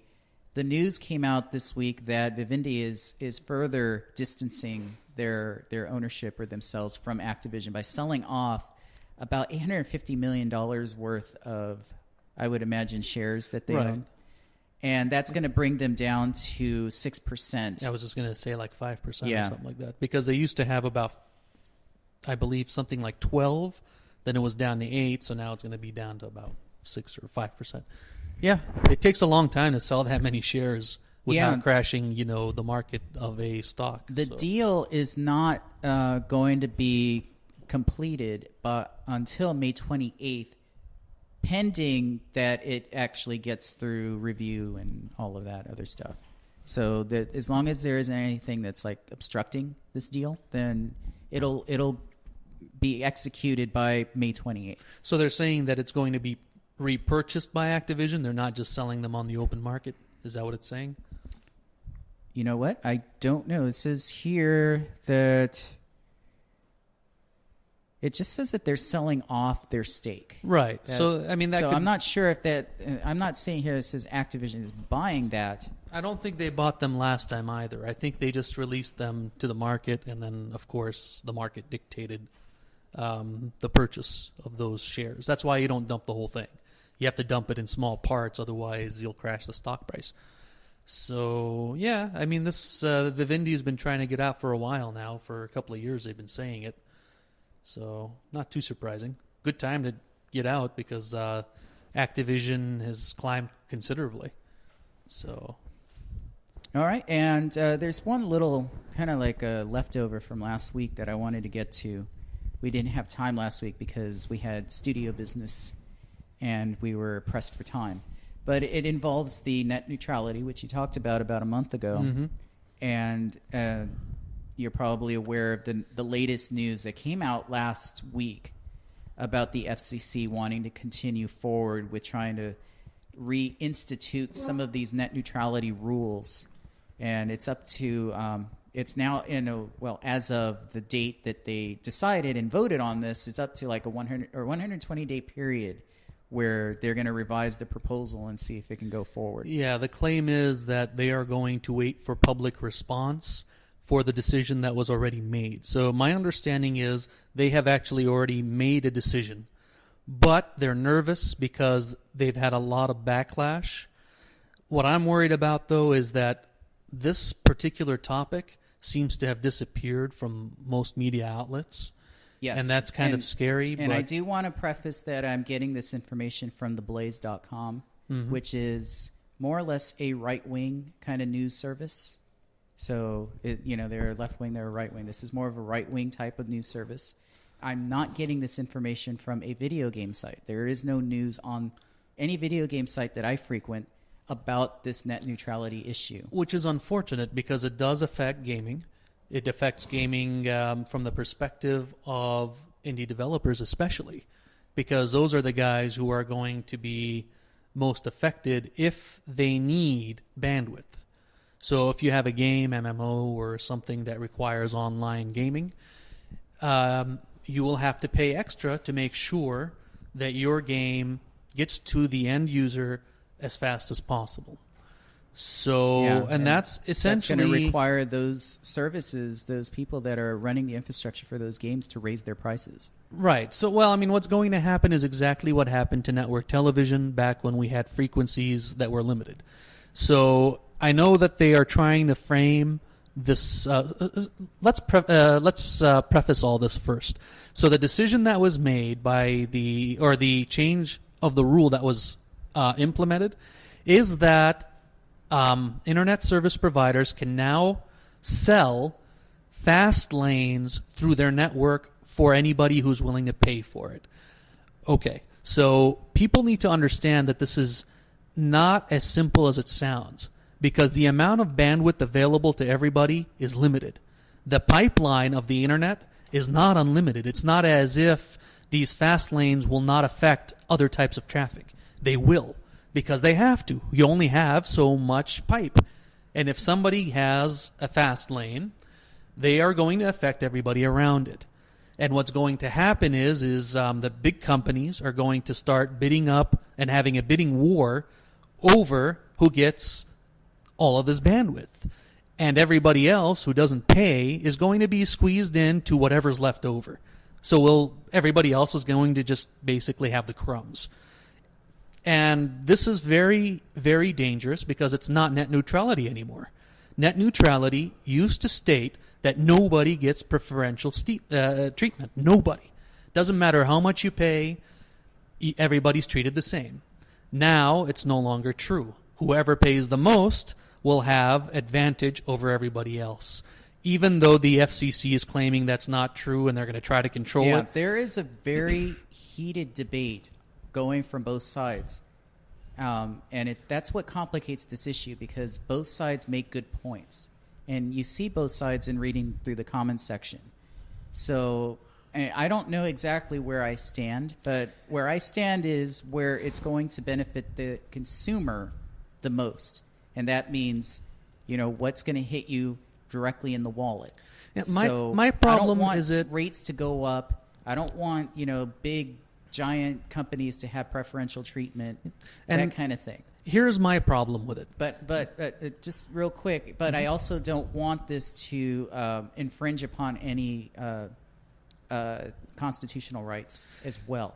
Correct. There is a big debate going between constitutional rights versus, corporation rights versus consumer rights, those kinds of things. Yeah, and it's a complicated issue. Here's where I feel that this is all going the wrong way.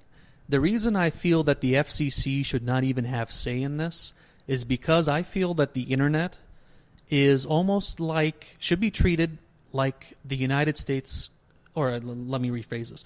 The net neutrality rules that created the internet to be what it is today were vital in the growth of the internet.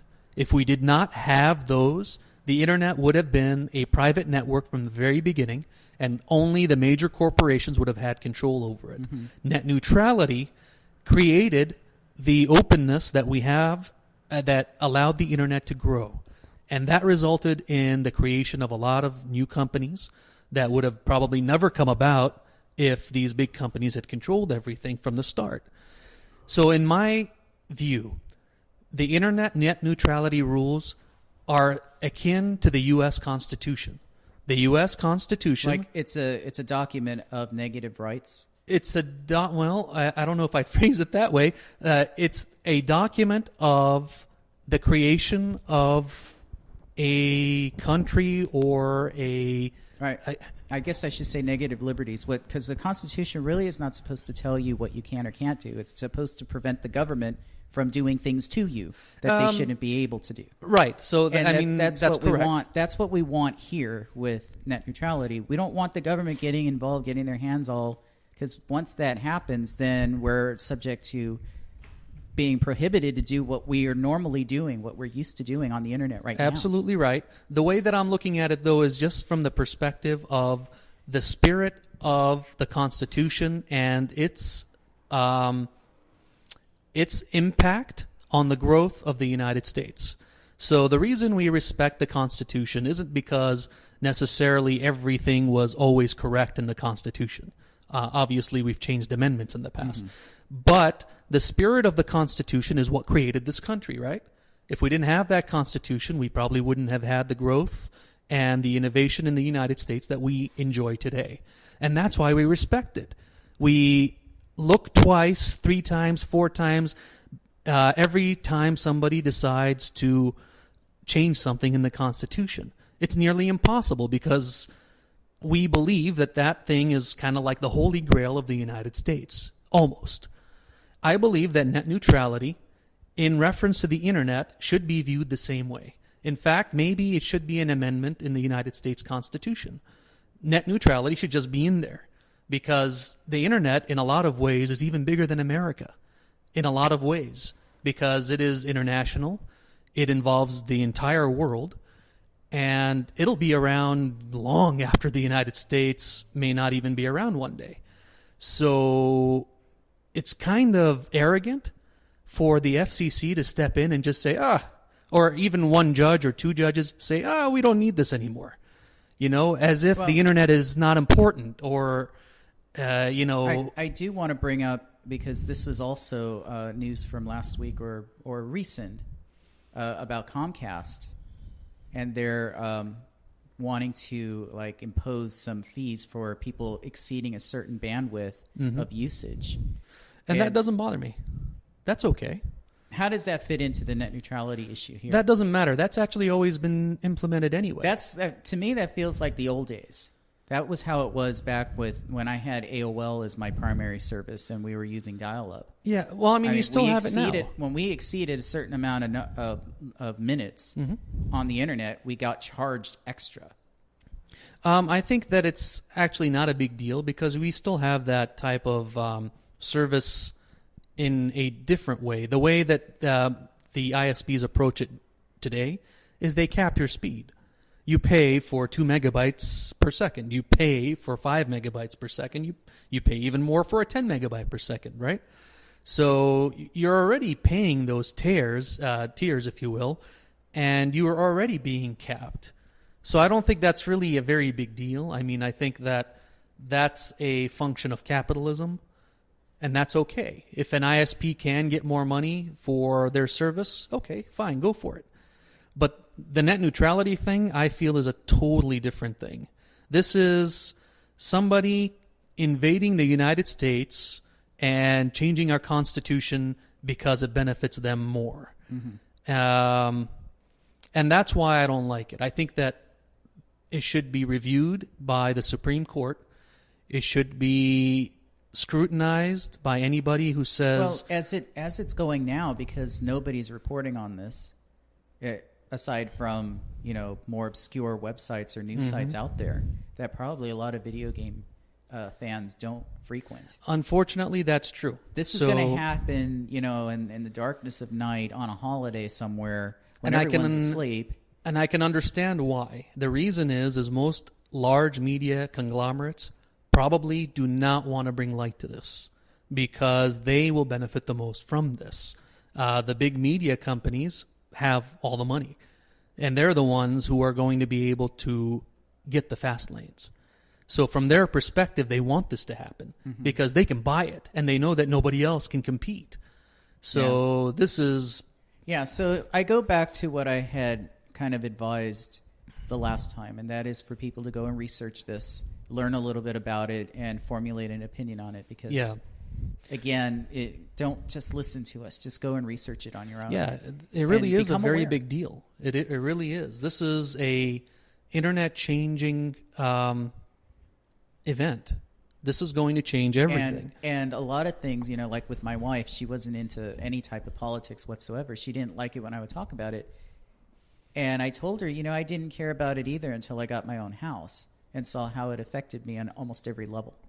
And now she's seeing how it affects our daily lives in almost every aspect. If we don't pay attention, then they're just going to slip these things by us, and then we're going to be complaining about, why did we have to pay extra on this, or why are we paying more on that? It's because we weren't paying attention.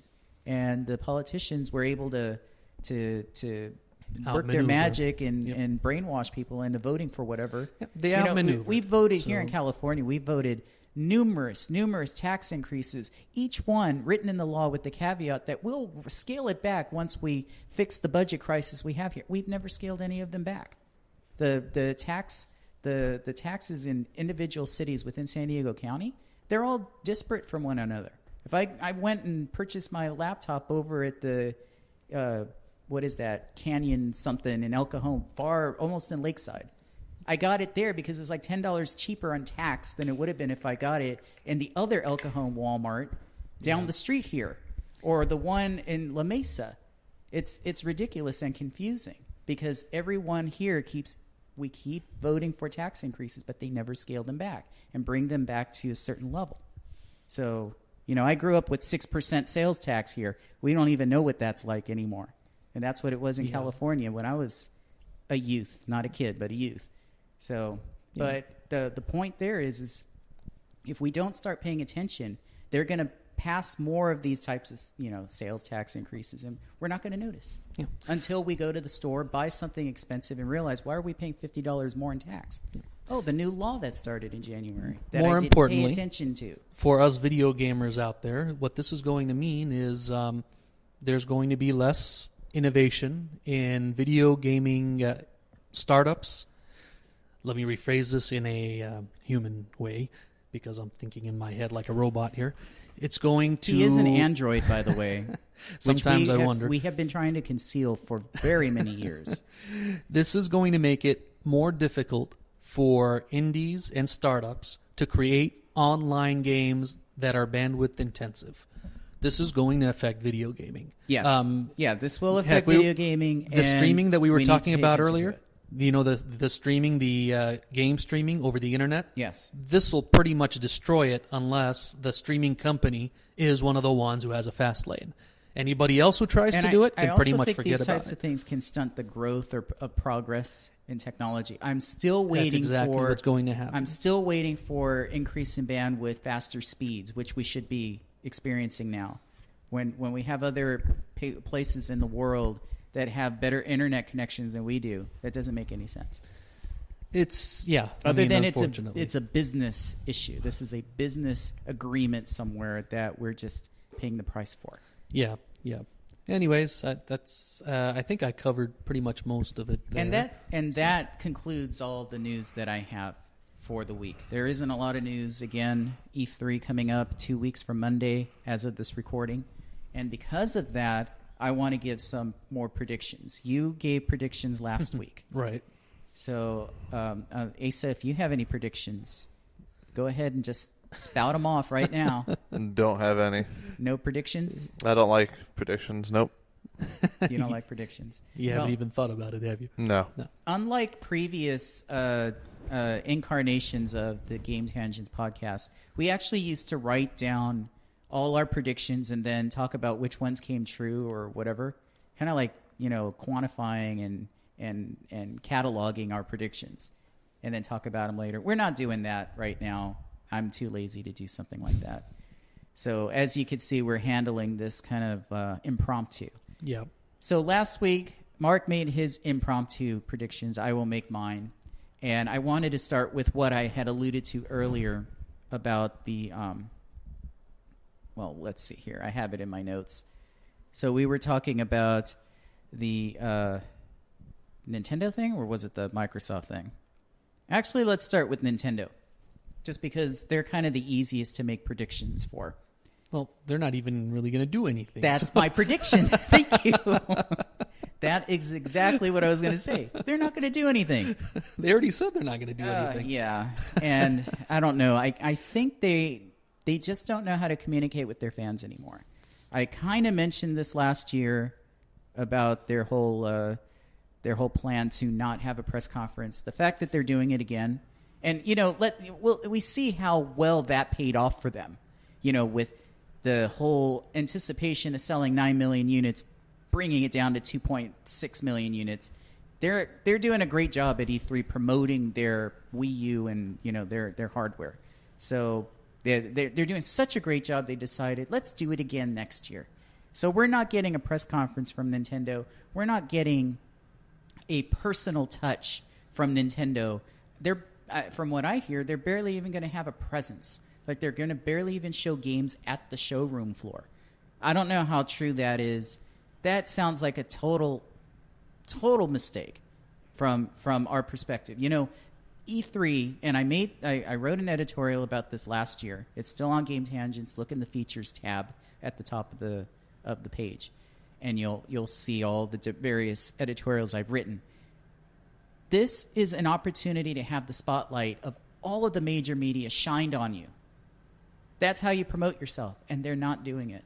It's more like they want to be conspicuous by their absence. Okay, it's working, and you're not selling your Wii U, so keep it up, because they're getting what they're paying for here. my prediction on Wii U, E3, whatever, I think maybe in their Nintendo Direct they'll show some gameplay of Zelda for the Wii U. Finally. We know it's coming. Not Hyrule Warriors. We're not talking about Hyrule. We'll see stuff from that. We will. But I'm talking about proper Zelda, whatever Zelda after Skyward Sword is. So we'll see something on that. And if they're smart, which I don't think they are right now, we'll see a price cut for the Wii U, which I think is still retailing for $299.99 for the 32 gigabyte. 32 gigabyte system. That's their premium Wii U. The other Wii U is an 8 gigabyte system. Yeah. Like you're going to be able to really do a lot with that amount of storage. I would like to see more functionality with the handheld screen. Well, they have to. That's the only way they can compete. The smart glass and, using your tablets and phones on PS3 and Xbox One or Xbox 360 has really shown up Nintendo at their own game. That was the big gimmick for the Wii U. Yeah. And the first thing that happens after they announce that is, we can use smart glass and you can use your Windows phone. And it's like, who cared about that controller anymore? Yeah, I mean, just through the virtualization that we were talking about, they can pretty much do it with anything. But yeah, I think Nintendo needs to do something with that fancy schmancy controller. So, I don't know what, but they should come up with something. Yeah, and do something that is at least on par with what the other, with their competitors, what they're doing with, already existing technology that most people already own. This is more of like prediction slash E3 hopes or desires. I want slap Nintendo. Yeah, I really don't expect much. So that's my major prediction. Don't expect much. Microsoft. Let's see. They stabbed me in the back because I was going to make that prediction, and they didn't follow through. I said last week. I still give you credit for it. Yeah, they should have dropped the price to $350, not reach parity with PS4. Yep. You're already perceived as having the weaker console. It needs to be cheaper. And I really do think that Sony is just going to announce they're going to lower the price of the PS4. Not that I think they have a lot of financial latitude in doing so, but hell, why not? Just to stab them in the back again. They need to maintain their momentum. So I think for Sony, it's more important than Microsoft. So if at the pace they're going now, they are going to do very well in about a year or two in game sales. They need to keep that momentum going. They should not allow Microsoft to claw back that market share if they can help it. And for $50, if they can help it, yeah. And I do think that they might try to undercut Microsoft again, because that's their business strategy, and that's what they've used E3 for in the past. You make more from software. So even if you bit the bullet for $50 on the console, you make more from software. One console can have 10 games, but you can only sell one console. So sometimes you bite the $50 in order to make $200 from the other stuff. So going back to Microsoft predictions, we get so fixated on Xbox One, PS4 that we kind of forget about that system that has over 80 million console install base, the Xbox 360. We're going to see a price cut. Oh, joy. Yeah. But, PS2 existed for 2 or 3 years. And sold really well after the PS3 released. And I think that in order to continue a positive revenue stream for Microsoft, they need to keep promoting their Xbox 360. Great library, huge library, and a lot of services and a dashboard that actually works, a system that actually has a front end that actually works, unlike the Xbox One, and keep promoting that thing, lower the price, and get as many of those things out there as they can, and sell software for it, and lower the price on a lot of that software. They seem to already be getting that idea in their heads, because they're going to have the deals with gold now to complement their games with gold service, where they're going to discount heavily on a lot of their games. And with that library, just start discounting. Is this an announcement or your prediction? It's prediction. Okay. Yeah, no, there's no announcement on a price drop for the Xbox 360, but I think it's going to happen. To what? $50. So whatever it is now, which I don't really know, I think it's $299 for 250 gigabyte. Is Really? it still? Is it still that high? Yeah, it's still pretty high. Yeah. Huh. Whatever it is, it's going to be $50 price cut. And I would like to see them add back component connectivity with the current model of Xbox 360 because they removed that altogether. It's just HDMI, which is kind of stupid. I don't know. I think most people have HDMI now anyway. You would think, but no. A lot of people complain about that. That's a big omission. Somebody has a component TV? A component-only TV? Who? Well, it's not just that they have only a component. It's the fact that some TVs only have 2 HDMIs. So they might not have enough ports for all of the stuff that they want to connect. Their stuff, yeah, I guess so. So, yeah, and I'm not going to make any predictions on the Halo thing because that's just rumored out, and I'm tired of the rumors. So we'll see when it comes. These aren't really predictions. I actually think they're really going to happen. We're going to see Quantum Break. We're going to see Sunset Overdrive. That's coming out this year. They'd be stupid to not show that. Forza Horizon. It's not announced. That is a prediction, but it's, again, rumors seem to be pretty significant out there. It's like they're pretty well credible, I would say. But I can't imagine what is going to come out that's new. But I am hearing that there are some new things that we don't know about that they're going to announce. That's what they're saying. They did say that they have some new studios. So they've been growing their studios and building studios for the last several years. Right. So they're saying though that they're going to announce something from one of these unknowns. I hope so. So yeah, I mean that's kind of exciting. I don't know how to predict anything with that though. Well, this is kind of the prediction that I alluded to earlier when I was talking about Microsoft. And that is they're going to announce a complete and total overhaul to the interface, the user interface for the Xbox One because of the removal of Kinect. That user interface depends on Kinect, and it doesn't work so well when you're doing anything without talking to the Kinect. It's really cumbersome. It's hard to find anything. I still fumble around on that menu system and spend way too much time looking through it than I do actually getting anything accomplished. Does that thing look like Windows 8? Yes and no. Yeah. It's stylized to kind of be specific to the Xbox One, but I would say the Xbox 360 dashboard looks more like Windows 8. Okay. But they need to bring this back to what the Xbox 360 dashboard is like. They're going to announce that they're going to have an update probably in the fall like they usually do or did with the 360. So look for that.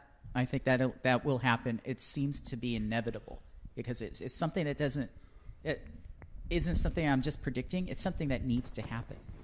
And I think most Xbox One users out there would agree because I don't like that system. It does not work well.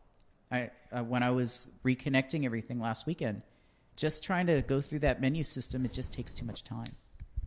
And I don't even know what to call out to the Kinect sometimes to tell it where it is I'm trying to find. I hate that. So, yeah, that's pretty annoying. And what I'm hearing is with the PS4, and I've never experienced PS4 because I don't have one, the user interface is a lot easier. It's a lot more streamlined. That's a big reason why it's selling better. There's a user friendliness that the Xbox One lacks that the 360 had. Yeah, well, Microsoft's been trying to force us into their way for a while now, so yeah, it's not just the Xbox; it's Windows and their tablets, and and people don't like it. So going into Sony predictions, I think they're going to drop the price of the PS3 as well. It's about time. They have a new model out there. It's consolidated. It's probably cheaper to build. And I can see them dropping the price on it. They still have a lot of games that people just will not stop talking about on that system. You know what would be funny? They bundle the camera and sell that for $399. That I've actually heard that as kind of a prediction that they're going to bundle the camera with the PS4. Sure, why not? And sell that for the same price Microsoft drops their price too. What's funny about that is there's a huge demand for the camera. Yep. In fact, there was a story last month that it basically stated that the demand is so high that they're behind on filling orders. because a lot of people want to use it to edit video. And they just started with that Share Factory service, which is only going to encourage more people to want to edit video using the PS4, but they need the camera to do that. So they're kind of backlogged on getting orders out. But wouldn't that be ironic? So you have Microsoft removing the camera and dropping the price, and then Sony basically bundling it in. I don't think Sony can afford to bundle it and keep the price at the same. I think if they're going to put it, and this isn't a prediction that they're going to put the camera, yeah, why not? They'll probably end up putting the camera in the box. Here's the prediction. It's going to be $450. It's not going to be $500. It's not going to be $470. It's going to be $450. It cannot be $399. That's just too much. The reason why they took it out, it was originally planned to be put as part of the package. But when they saw what Microsoft was doing, they decided to undercut them. So they removed it. I know. So, and that's still kind of hearsay, but it's pretty well substantiated hearsay and corroborated over and over. The reason why they did that is, the price was just too high for the camera. So they decided to cut back on costs by producing very few of those cameras. But now they're seeing a demand for it. So that's what's creating this little dilemma here. But no, I don't think it's going to be $399 with the $399 with the camera. That'd be funny. Let's see what else. I'm just kind of throwing these out there from the top of my head too. I haven't really thought about it with Sony. We'll see Uncharted. We'll see maybe a God of War game. Although Ascension came out not that long ago, I think it was last year, and it wasn't that well received. And we'll see more Drive Club.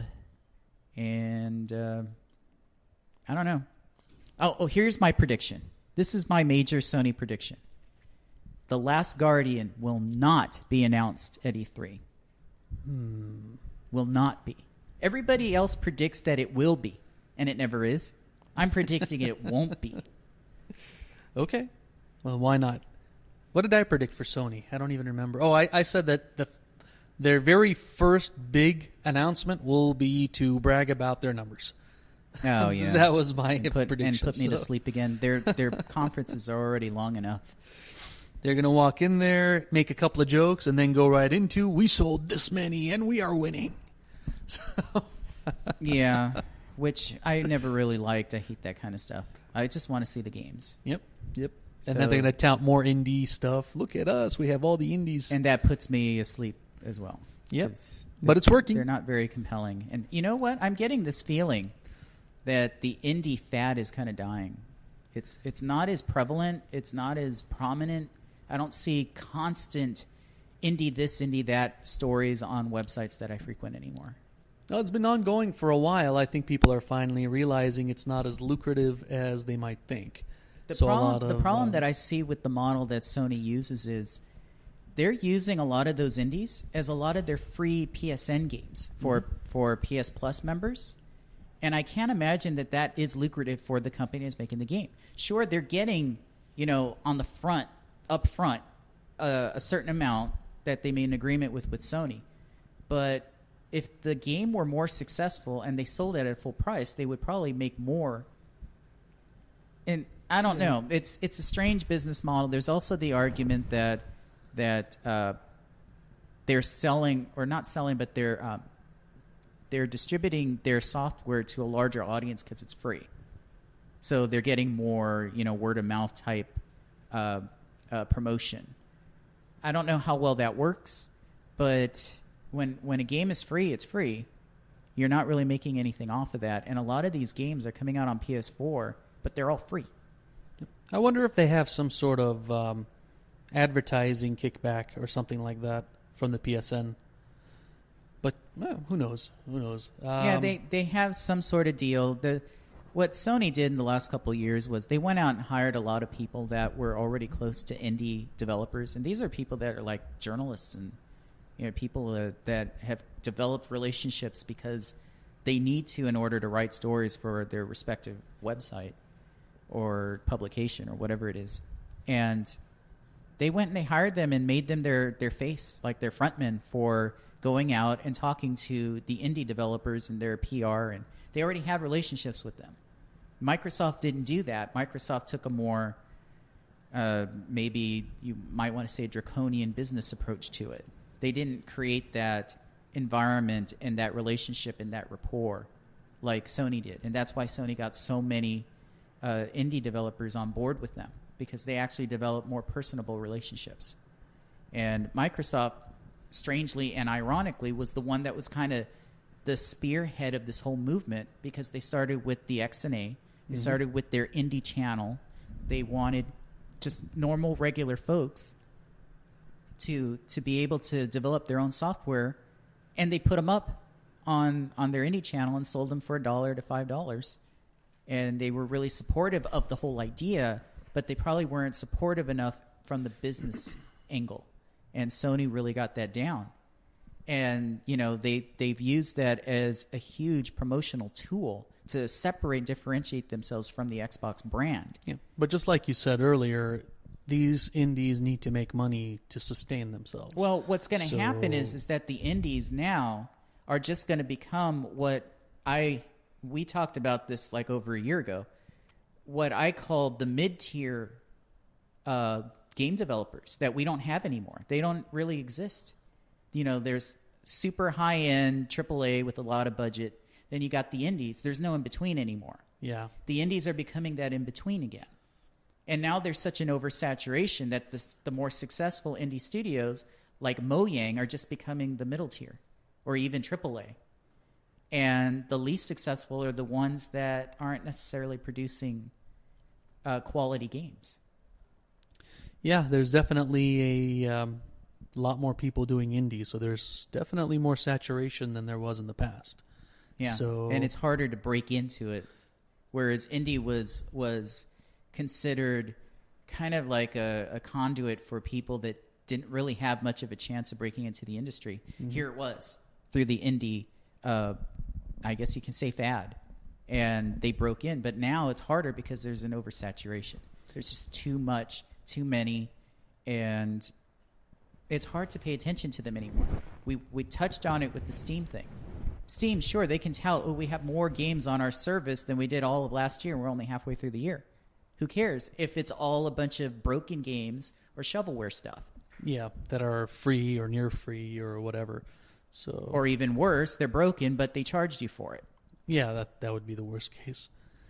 Yeah, I mean, let's see how it plays out, I suppose. Yeah, we'll see more indies on the PlayStation stage, definitely. And I'll fall asleep, unless it's something compelling. Because for me, it's not about whether it's indie, whether it's AAA, whether it's mid-tier, as I call it. It's whether or not it looks like an appealing game. I'm going to judge an indie game the same way I'm going to judge a Call of Duty or a Halo or whatever big AAA title you want to insert into, big open, insert here text. Just insert anything in there. It doesn't matter. They're all the same to me. Is it fun? Is it not fun? And a lot of these games, a lot of them are just kind of like designed to be promoted to a certain type of mindset or psychology. High concept, abstract, artistic, but no gameplay. And, that might work if it's promoted right for a few games, but it's not going to be something that's going to be have a widespread general appeal. So you're not going to see a big, sudden, huge demographic of people shift over to that kind of gaming. It's only going to happen for one game. It's kind of like with what was that game? The Heavy Rain. Heavy Rain, yeah. People thought that we were going to have this influx of games just like Heavy Rain. No, we haven't. And I think we had some games released after, but they didn't do so well. And they didn't do well. And part of the problem was that Heavy Rain really wasn't as good as a lot of the true believers thought it was. So unfortunately, a lot of people bought it, which is why you see high sales numbers, and went, what are these people talking about? I don't like this. So they put it on their shelf. Yeah, and they just didn't buy another one. So. They're not repeat buyers. Yeah. So they didn't go after that last game with Ellen Page in it, whatever that game was called. And that game had a lot of problems. I played the demo for it. And in a game where you're supposed to be a ghost that you can possess other people, there were only select people you could possess. You can possess anybody. And I thought that was ridiculous. I could only possess that guy, but I can't possess these three guys. I'd rather possess them because they're in a more strategic spot. It's things like that just kind of took me out of the experience. But that game did not do nearly as well as Heavy Rain. And I don't think subsequent games in that type of genre will, because it's like a one-hit wonder music, you know? Yeah, I think people buy into the hype and or get disappointed, and you just never hear from them again. So yeah, I mean, it happens all the time. So that's just the way it is. So we'll see more indies at Sony conference. I'm actually not hearing a lot of good stuff when it comes to preliminary rumors for Sony. It seems like they have very little to show, or they're being very secretive. Yeah, or if you're following N4G, they're claiming that there's little that they're going to show. But that's the beauty of the whole E3 season, and I like this better because I don't like going into it having all these leaks and knowing what's going to happen. I'd rather go into it completely just like a clean slate, not knowing anything, and being surprised when I see it. Yeah, you are a big E3 guy. You always have been. Yeah. So that's right. kind of E3 predictions, E3 complaints, and E3 hopes or wishes. So you can combine all of those. And I think that kind of closes everything for the show. I think so. But before we go, before you take over here, I did want to say, head back over to GameTangents.com and check out a lot of the content we have. Ross Ferries is adding a lot every single week. We have new videos. We have a new episode of The Library. Actually, we have two. I just posted another one. The first one here is some crazy fighting game from the SNES that I didn't know about called Battle Blaze. It's horrible. It's a horrible game. Yeah. And it's a funny episode because it's so horrible. And the new one is another game called Off-Road Interceptor, which I actually have on Sega Saturn. And this is a game that apparently uses the whole kind of self-referential humor that where they're making fun of themselves by using like Mystery Science Theater 3000 type comedy. So they have these guys sitting, kind of their silhouette sitting at a seat. You can see them, and they're watching the screen, and whatever's going on the screen is really badly acted, and it's just horrible. FMV, the FMV craze of the 90s, and they're making fun of themselves. So, but it's more of a combat racer type game. But go check that one out. And I also wanted to say that if I didn't already, there's a Magnavox Say Hello To. It's a Magnavox Odyssey 2, which is a really old system, but an important system because historically important. And there is another one coming that I've seen him post on his own site, which he hasn't uploaded yet, but it will probably be uploaded and posted by the time you hear this. And that is for the Intellivision. Now, I want to promote this because the Intellivision is my first console. So this is a special episode of Say Hello To for me. So all of you guys out there, and you guys, help me promote this. You got it. Yeah, we got to get people to become aware of the Intellivision a little bit more and its significance in the video game history. All right. And Sounds other than good. that, X-Men comes out tonight. Yes, it does. A lot of people have already seen it. It actually came out this morning. Did it come out this morning? Yeah. I Well, thought it was comes out tonight at tomorrow, midnight. but what they've begun doing is they'll start showing it literally the day before. All right. Anyways, But that's they not won't. video games. They won't actually ring up the box office tickets until midnight. Did you see? It's weird. Did any of you see Godzilla? I did. You did? Yes. I heard it's good. Yeah, it's actually pretty good. It kind of reminded me of someone that I'm sitting really close to right now. That Godzilla. It's like, man. Oh, you're the one that has a hoodie on and you look like... Yeah. Rawr. No, I thought it was a good movie. It was definitely entertaining, and when I figured out that Don't spoil anything. what's his name from Breaking Bad is in the movie, Oh, okay. I was like, cool. And I was wondering why I recognized his voice and why he looked familiar, and then I'm like, oh, okay, that's who it is. Yeah. But that was about it. Cool. Other than that, Godzilla's pretty cool. And He's no a badass. spoilers. It looks good, and what I thought was it starts slowly. They have to build up the story, and it gets good when you start to understand what it is that's going on. Yeah. And that Godzilla, even though Godzilla is in the title of the movie, that's not the main, creature in this movie. There are other big monsters. I was hoping for Mothra, personally. They basically were.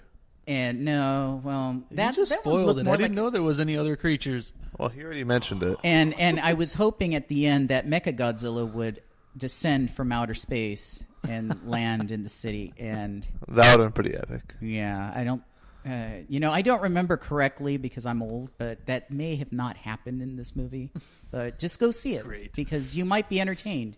But it is 2.5 hours long. Was it 2.5 hours? Yeah, it was pretty dang long. Or I don't know, 2 hours. Maybe I'm factoring in all of the previews or something. That doesn't bother me if it's longer. That was a good movie. It was entertaining. I saw a Lego movie finally. I heard it was good. So overrated. Do you have the music in your head still? Everything is awesome. Oh god! Did I remind you of something bad? I actually no. He was singing it on his way out of the. No. I actually didn't really, get that tune in my head at all. It was good, but it's not as good as everybody says. Jeez, I mean, people are calling this like the best movie in the last 100 years or something. I'm like, seriously? It was. No.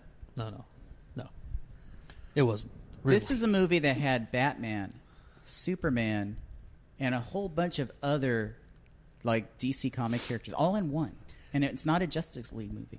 It reminded me a lot of like a hybrid of a whole bunch of other movies like Matrix and what's the other one? Wreck-It Ralph. It's just like all of those movies put together. I didn't see anything original. It's the same story. I don't know. It was good. I enjoyed it. No, it was enjoyable. No, I agree with you. It was enjoyable, but the fact that when we went to see it, it was like 5 or 6 weeks after it released, and the entire theater was filled with children. I didn't understand why that was. Because normally you guys went on like a field trip day for a middle school. It was a weekend, and we tried to go really early, like the earliest showing, so we missed the crowds. Not that day, and they were loud. Those children were loud. Yep. This is a month and a half after it released. Yeah, that movie made a ton of money. But yeah, I mean, I thought it was good. I just, for whatever reason, I didn't feel that it was as authentic as some of the ones that probably preceded it that it was based on. So I have more fond memories of The Matrix on its own, of Wreck-It Ralph on its own. This one just felt like it was a knockoff, and of course it is a satire in a lot of ways. So it's supposed to be. I think with that movie, there's that big reveal at the end that no one was anticipating. So that kind of made it special for a lot of people. The big reveal. Don't want to talk about spoilers. The spoilers. It's already out of the theater. Who cares? It's still a spoiler. The other day, one of the podcasts I listened to, they talk about a game that came out like Far Cry 3. They were talking about Far Cry 3, and I started just liberally talking about the story and what happens at the end. I can't hear this. So I shouldn't mention anything. Yeah. No, fine. I haven't played it, so don't talk about it. I don't think it was a spoiler. I think it was kind of... Okay, all right. Anyways, we'll stop there. I like spoilers personally. So. I'll stop there. A lot of people may not have seen it, so we'll leave it till next year. I like spoilers. I hope everything gets spoiled for everybody. Plus, this is a video game podcast. Yeah. Did you see the Big Bang Theory episode where Sheldon spoils the Harry Potter books for Leonard? Yeah. Yes, I have. Yeah, and they had such a big fight that Leonard wanted to move out. Yep. Yeah. Well, that's a jerk move. I think we'll close out on that note. Well, hopefully you guys enjoyed that. That was podcast 81, and this was Issa, Mark, and Anthony all recording. And follow our Facebook at facebook.com/GameTangents, our website, GameTangents.com, and follow our Twitter, twitter.com/GameTangents. You guys have a good one. And here's Anthony. One last thing, keep up with Ross Fairies, and just check out his Facebook, /Paradise and Fairies. There we go. You guys have a good one. Have a great day.